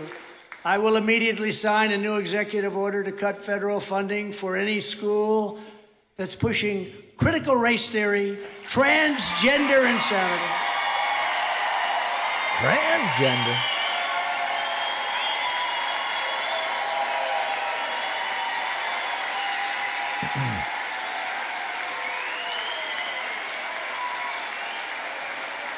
Transgender.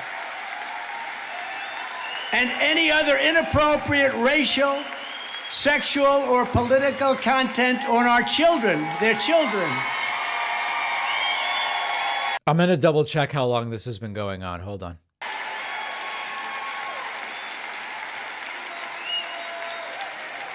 You know the amazing thing about that? Look at the hand you get for that. Bigger than we're going to be energy independent. The amazing thing is 10 years, if somebody said that, you wouldn't even know what they're talking about. That they can mutilate our children is without your permission. This has been going on 72 minutes already, meaning he started at 10 past 7 in the East. And the place went crazy.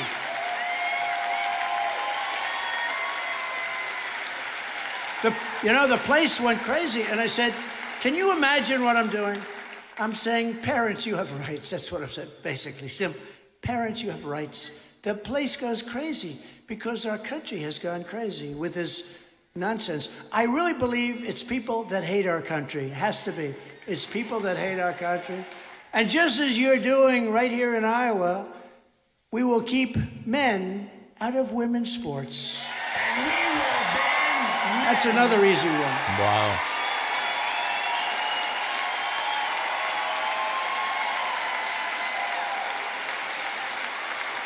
Pretty brave, huh? I don't know if anybody watches it. Do you see some of the records that are being broken? That's the weightlifting record. Guy comes in one hand, he just broke the record. Have you lifted before? No, not really. Boom. It's so ridiculous. The swimmer, I told you about the swimmer. He got very badly injured from windburn as the guy went by her. The guy's going so fast in the swimming pool that she got windburn, so she was badly injured. The whole thing is crazy, and it really hurts women. It's the opposite of dignity. It's horrible. And you did it here, and that's great. There's some states that I just didn't see a certain state went the opposite way. Can you believe it? Anyway, I know one thing. If I was a basketball coach, I'd be the greatest coach in history. I'd have a women's team. I'd have all men. I'm not a fan of LeBron James. I don't like LeBron. But I'd say, hey, LeBron, you ever think of becoming a woman? Because you're going to be on my team. We're going to go undefeated for the next 5 years, LeBron. I'm not a fan, but, I would ask him that question. And I will not give one penny to any school that has a vaccine mandate or a mask mandate from kindergarten through college.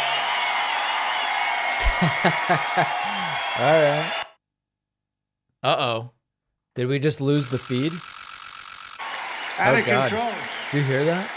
We have some great Republican governors. You have one right here, but they didn't close up. They closed up their state for a short period of time, and many of them didn't close at all. They didn't close at all. And they had a lot of pressure, but not from me. I allowed them to keep them open, but we have some Republican people. You look at South Carolina, how well they did. You can look at South Dakota. You can look at various states that did. Tennessee did fantastically well. You did fantastically well. They weren't mandated to do anything. Remember, Trump used to say how great Florida did, but now he can't do that because he'd be praising DeSantis. Did a fantastic job. Many of our young people are still dealing with the fallout of the prolonged school closures and the cancellations of the sports and activities, and they become antisocial. Lots of bad things happen. Will be the administration that commits to get these kids back on track and quickly. Kids are going to go back to school and participating fully. And now they're really in the process of... This stream is super glitchy. Let's see if this other one has improved and we could stick with it. The problem was the audio was unsynced from Trump's mouth. Track and quickly. Kids are going to go back to school and let's try participating fully. And now they're really in the process of finally getting it done. But this must be our priority, has to be. And I will tell you that I want to congratulate Iowa on recently becoming the second state of the nation to deliver universal school choice. That's so great. Oof. School choice is where it's at. That's great. That's great.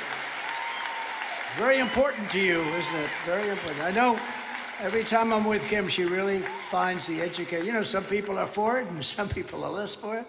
Some people want to talk about trade and some people want to talk about other things, but always been very, very strong on education. I see what you've done here. It's incredible. As president, I'll fight to expand that right to every single state in America, and we were doing that too. And I'll support the direct election of school principals by the parents. They should be elected by the parents. Oh, God. If any principal is not getting the job done, of which you have many, I've never heard many, that. especially in the inner cities, the parents should be able to vote to fire them and to select somebody who will get the job done. In addition, I am going to pursue, and we studied it very closely, and I was getting ready to do it, pull the trigger, the long-term goal, but now it's a short-term goal of breaking up the federal Department of Education. You know, it is a good question when they talk about school choice. Where the vast majority of these right-wingers who want that are, it's like it's less urban and more rural. Does this mean they want to like choose to go to a school that's 2 hours away and drive? I mean, I don't even really get the idea that they envision. But this is what must be done to save our country from destruction, all of these things. And remember this on having to do with education. Out of the top 40 countries, we're always at like the bottom of the list in terms of success per student. And yet I believe it's about 3 times and even sometimes 4 times more than the second, third, and fourth country. So we spend 3 to 4 times more on educating a pupil, and yet we're at the bottom of the list. They're at the top of the list and they spend much less money. So you know the system doesn't work. So breaking up the Department of Education is a... It's funny, they don't use that exact same logic when it comes to healthcare. And 2024 is the final battle. That's it. If you put me back in the White House, the reign of the corrupt Washington establishment will be over. I got to know them all. When I went there, I didn't know a lot of people. I had to rely on, in some cases, rhinos and others to give me some recommendations. But I know them all now. I know the good ones. I know the bad ones. I know the weak ones. I know the strong ones. We know them all. And America will be a free nation once again. And with your support and these caucuses, we will, and we're always keeping you there, we're going to complete our mission. We are going to see that job through. We did such a job. There was a report today. We were as good as any president. There's never been an administration that's done more than we have done. We rebuilt our military, largest tax cuts in history, largest regulation. Trump is now 80 minutes into this speech, 80 minits. People are dying and they couldn't use drugs that were perfectly good, but it takes 2, 3, 4 years to get them approved by the FDA. Sometimes it takes 13, 14 years. We cut that in half down to 5, cut it in more than half. And when people are terminally ill or very ill, I passed something, got it passed. They were trying to do it for 54 years. I got it passed in Congress, right to try, where you no longer have to go to Asia or Europe or wherever you may go to try and find a miracle cure. You can stay home and use, because we have the greatest doctors in the world, the greatest labs in the world. And if you're critically ill, if you're terminally ill, or even a little bit less than that, you don't have to do this. Many people were going to faraway lands, and they would die, but they'd go to faraway lands. Many people would go home if they didn't have money. They couldn't go to faraway lands. They'd go home and they'd die. They'd sit in their room and they'd die. Now you sign a paper, and you have right to try, and you can use things that work, but they're not approved yet because you have to go through a process. And people said, sir, you can't do that because you'll maybe make the person very sick. I said, the person is terminally ill. The person has 2 weeks to live. And we've saved thousands and thousands of lives. That was another thing. Nobody ever thought we could get that approved. But we saved thousands of lives. People that are living right now with drugs that are advanced, with all of the things they can do now, that things you wouldn't even imagine possible.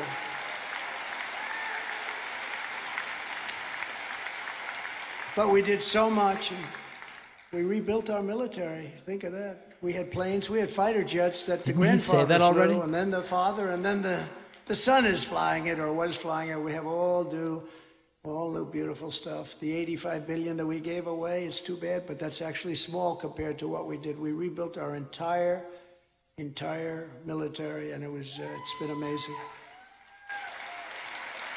Giving a lot of it away, though. I tell you, we're giving a lot of it away.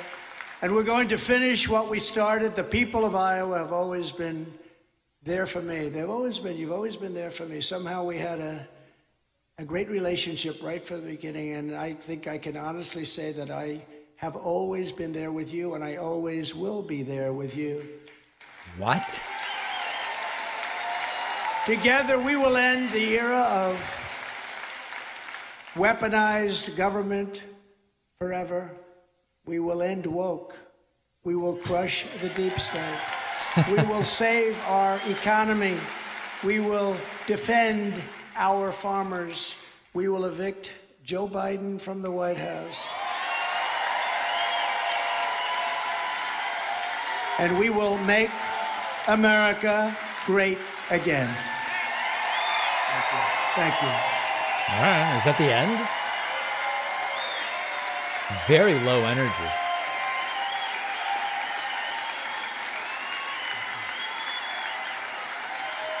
There's a lot of people up there. Remember, if Trump gets to questions, we still have the opportunity to open phone lines when he's done. If we get to 100 website members, we will do it. And the place is going crazy, and then they start screaming, encore, encore, come back. And he'll come back, he'll do another good one, drive him. Then he comes back, and he hits a little bit of a dud. The people leave unhappy. It's very stupid to do a couple of questions, but let's give it a shot. Should we do that? Should we or not? Yes? Oh, boy, okay. Here we go. Do we have a mic someplace? We'll take a few questions, ask whatever you want. But you know, it's, you know the story, right? Encores are always dangerous. Especially for singers, you want to know the truth. Go ahead, who's got the mic? Uncle Sam, you do. Good, let's go. What do you have, Uncle Sam? I like that man. I like the way he's dressed. This is he's not a a good good-looking idea, Uncle right? Sam. Go ahead.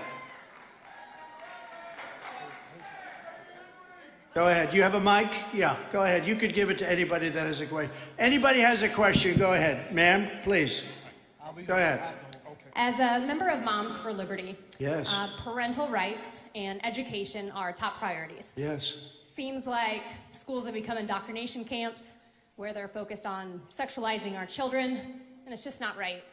How do we get back to the basics? It's in the wrong. classroom? Teaching, reading, writing, and arithmetic. Right. That's right. And civics. Thank you, Mr. President. You know, everything I said tonight, they could say he's conservative, he's got a wonderful conservative voice. Actually, it's a voice of common sense.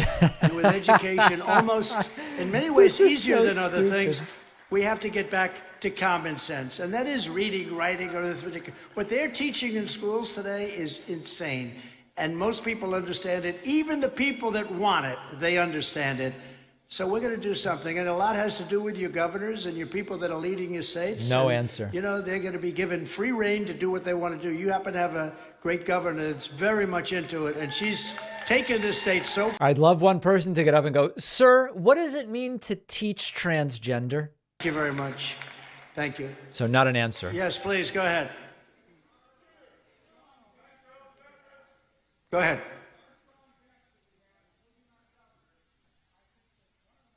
Can't hear anything.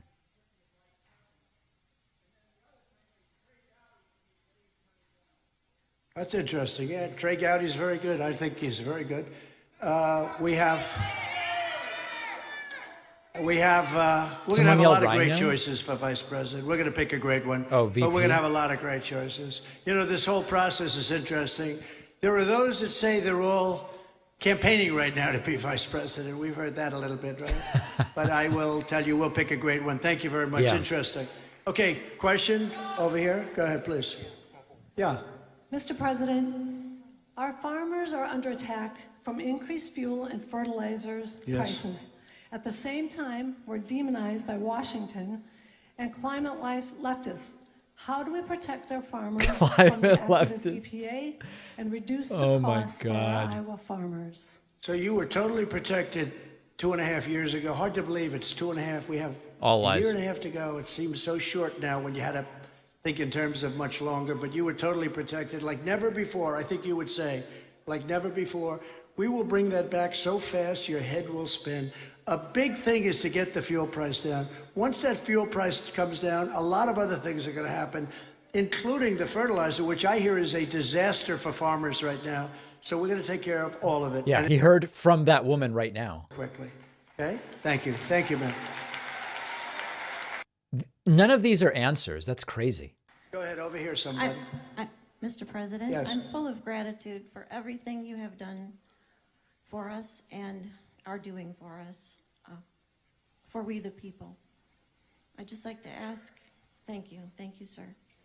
And what? So far, I love this question. I'm getting ready for the kill. No, go ahead. What can you do to bring back manufacturing jobs? Well, I was doing that, and one of the things we were doing is making it very difficult to have auto plants in Michigan and all leave our country. We had almost nobody leaving during my administration. And one of the things you do is you have to tax some of these products that come back. I'll tell you, I don't think the questions are scripted. I think the people asking them are morons. Washer, dryer, the many industries, because they were dumping product that wasn't as good, but it was pretty good.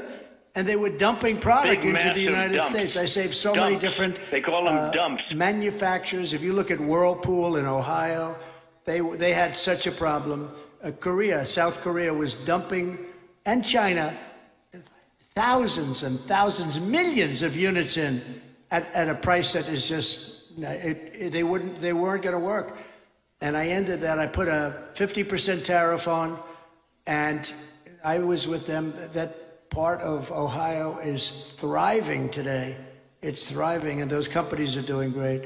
So we have to look at individuals, but we will be able to handle that situation very easy. Don't forget, we have a power called the economy. We have a very powerful engine, and the problem is we have people that really don't know how to use it. They don't know how to use it. So his answer is, I did already fix everything you're asking about, and I will fix it again. Thank you very much. Thank you. Okay, question over here. Thank you, President Trump. Under Biden, the installed president, we are seeing mobs of illegals coming across our border. Just this last week, we saw a violent mob try to force their way across the border near El Paso. What can we do to finally secure our southern border and finish the wall? It'll be secured on day one, and then we have to make a decision. What do we do with the 15 million people that have invaded our country? The question was, how will you secure it? The right thing, that I tell you. We will. Really disgusting, everything about this. Sheriffs and law enforcement who we love. The sheriffs know every one of them that shouldn't be here. What I would give for one really good confrontational question. We'll take care of business. Go ahead. Thank you. Okay. Go ahead. Mr. President, the mainstream media came after you and your family like crazy. But not one of them seems interested in investigating the Biden crime family or Hunter's laptop. They also censored anyone who asked questions in 2020. How do we get to the bottom of this? Okay, this does seem scripted. Now I'm coming around. This seems completely scripted. I announced I was running for president. And just today I read where it reached an all-time low because people are wise to what's been happening. What they have done, they really are a political arm of the Democrat Party. It's a terrible thing. You saw last couple of weeks where the FBI and Twitter, it's called Twitter Files, where they work together, and they work together with Facebook. You couldn't say anything good about Trump, and you couldn't say anything bad about Biden. They had the laptop. They knew all about the laptop. Very much they knew untrue. all these crimes are on the laptop, and they weren't allowed to do anything. They weren't allowed to talk. And frankly, they have that liberal inclination anyway. But even if they wanted to, they couldn't do it. I think we're making a lot of progress. I think that that Congress is doing a very good job now. We have some people. Nancy Pelosi is packing. She's going. Getting her out that's a big step. And I think, Kevin, and all of the people in Congress, I tell you what, that whole, people thought it was a fiasco. I think it was a beautiful thing, as it turned out.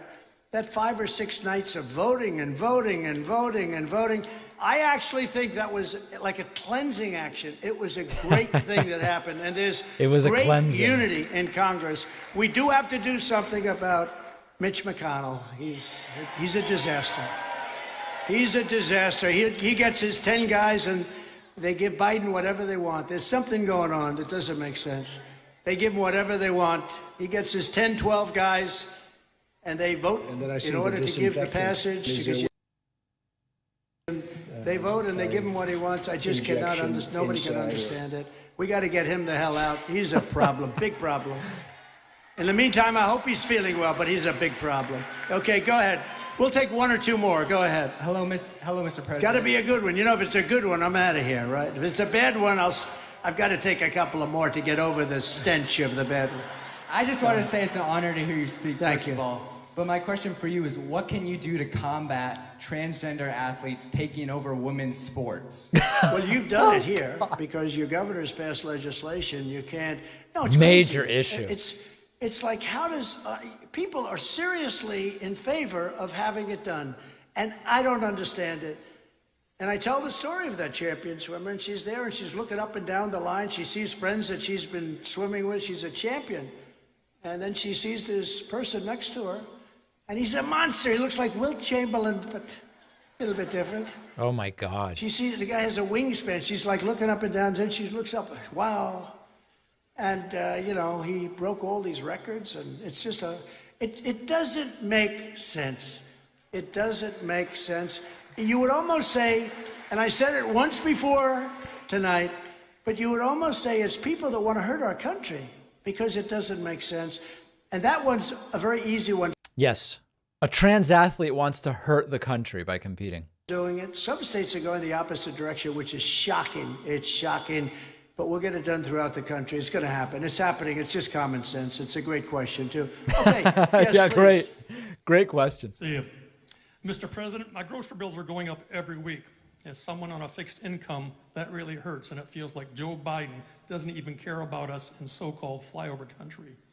How are we going to fix these prices under control? Oh, my God. You said groceries, right? Yes. The groceries are horrible. I mean, you look at eggs and you look at bacon and you look at just what we used to consider staples and you see the kind of numbers. A lot of it's going to have to do with energy. Once the energy comes down, a lot of other things are going to follow. Energy is so big, it's so powerful, it's so impactful that once the energy comes down, you're going to see a lot of good things happen. And we have more energy than any other country in the world, more than Saudi Arabia, more than Russia. I call it liquid gold, and it's right under our feet. I mean, when you look at the craziness, we're allowed to go to Venezuela to take their energy, and it's horrible. It's tar. It's bad. It pollutes. You know where they refine it? In Houston. Yep. So they talk about the guy asked about groceries. To Houston because that's the only place that has the refineries for this kind of very bad potential oil. And they refine it in Houston. So if you're... Groceries are super expensive because they make you show your ID to buy cereal. And it's just incredible. We have the greatest energy in the world. You know, I approved something, I was very proud of it, Anwar, Alaska. And Anwar is the biggest, probably the biggest site anywhere in the world. And probably bigger than Saudi Arabia, just that one in Alaska. And Reagan tried to do it, he couldn't get it done. Bush tried to do it, he couldn't get it done, of course. And other people couldn't get it done. Nobody could get it done. I got it done. And the first day in office, they terminated ANWR. And this would have been incredible to have for our country. I mean, literally, we were going to become energy dominant. We would have made, because it's a big, big industry, we would have made so much money that we would have started paying off debt, lowering taxes still further. We would have done something that nobody's ever seen before. Oh, who believes because we that? have so much. You know, I filled up the strategic national reserves. I knew not much about it. I said, what are the reserves that we want to fill up and that's been taken for years and years down to a low level? And I made a great deal. I got very little credit for it. But when our oil price hit like these crazy low numbers, that's when I asked the question, because we had so much.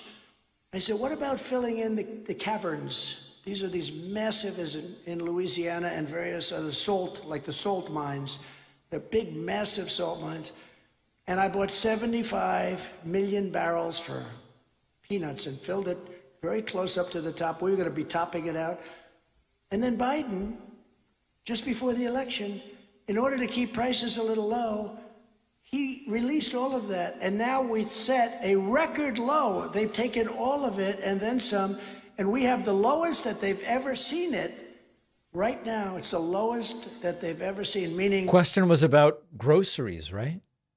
Filled up almost to the top, would have been topped out at really low prices. And by the way, now they have to pay 3 to 4 times more than what I was paying. And the Democrats fought me all the way. They got us stopped, actually, for a while.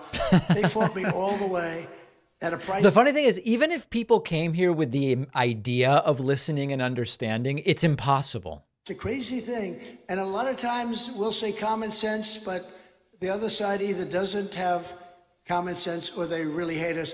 And let's take one more. I'm looking at that big, powerful guy there. I don't know who's a better looking guy. Let me see. I don't know. He looks good.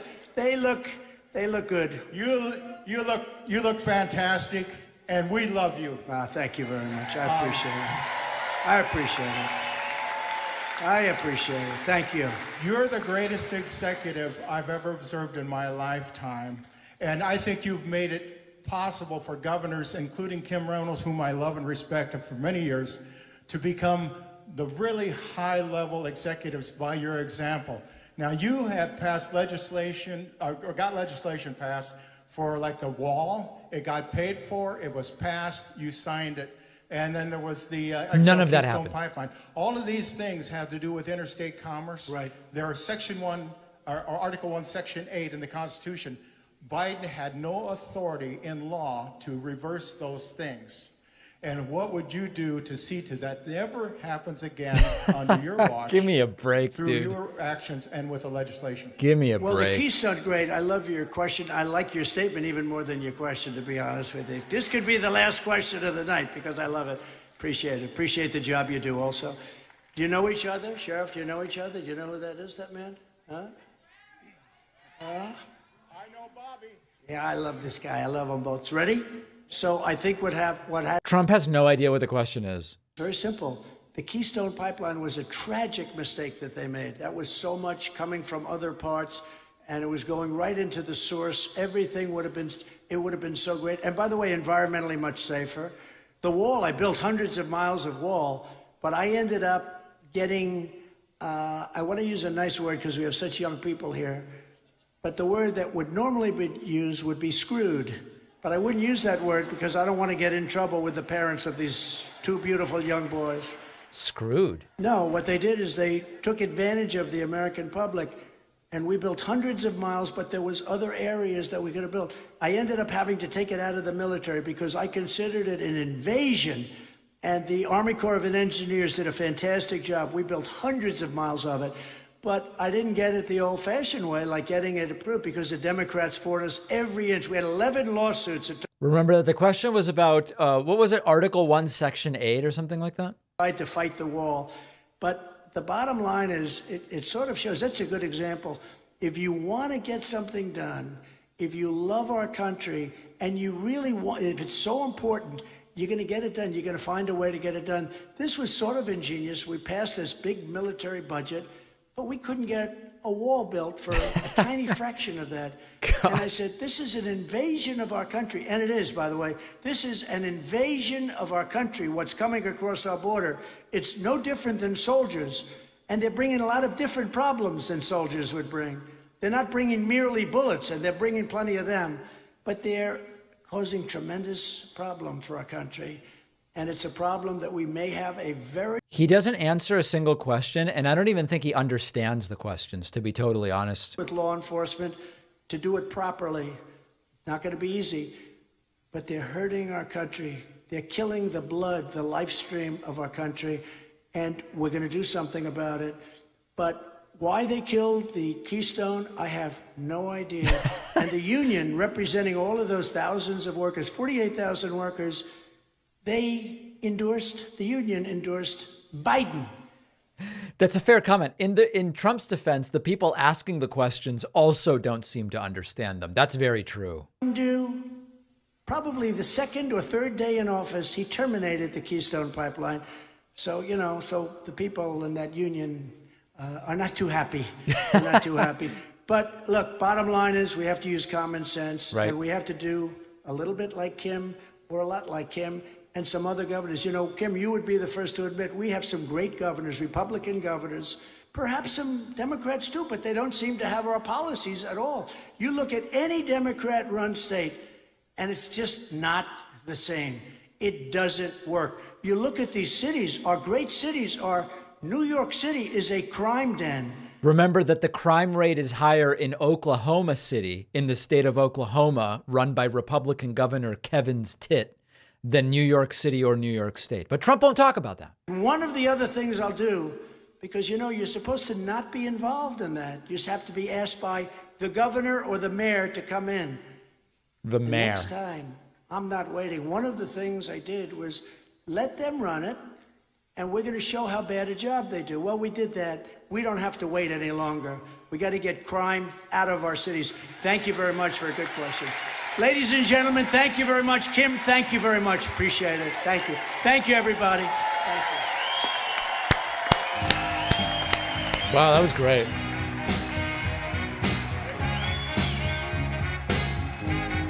What a speech, huh? What do you think these people say to themselves when they leave? Man, that was really great. He was just electric. He said so many great things and laid out so many important policies. I really feel like I understand what he plans to do, and it's just so great, so great. Man, it's all crazy. It is really, really, it's genuinely crazy that this is what's going on.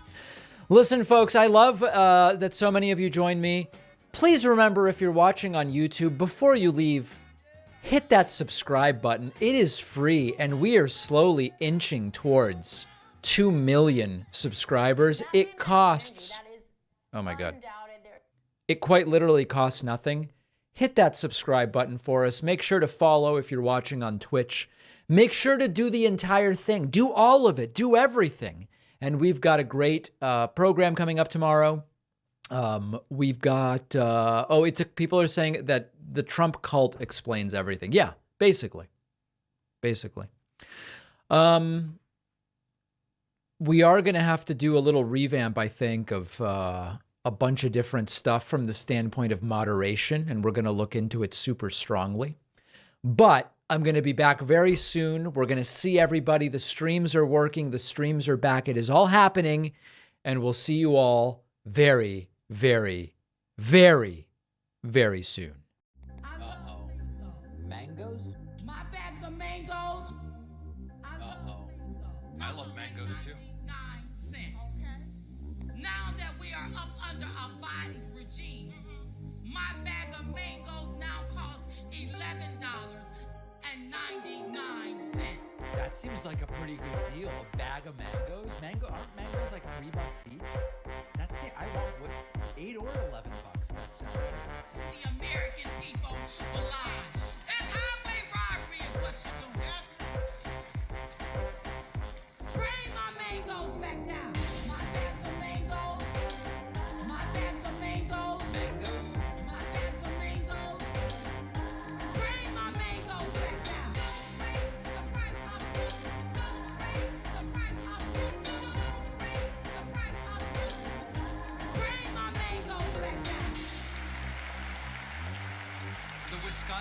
about identifying with the mangoes? Disproportionately affected the American people. Don't want me to be healthy. Healthy. Don't want me to be healthy. It's highway robbery is what you doing. Don't raise the price of fruit.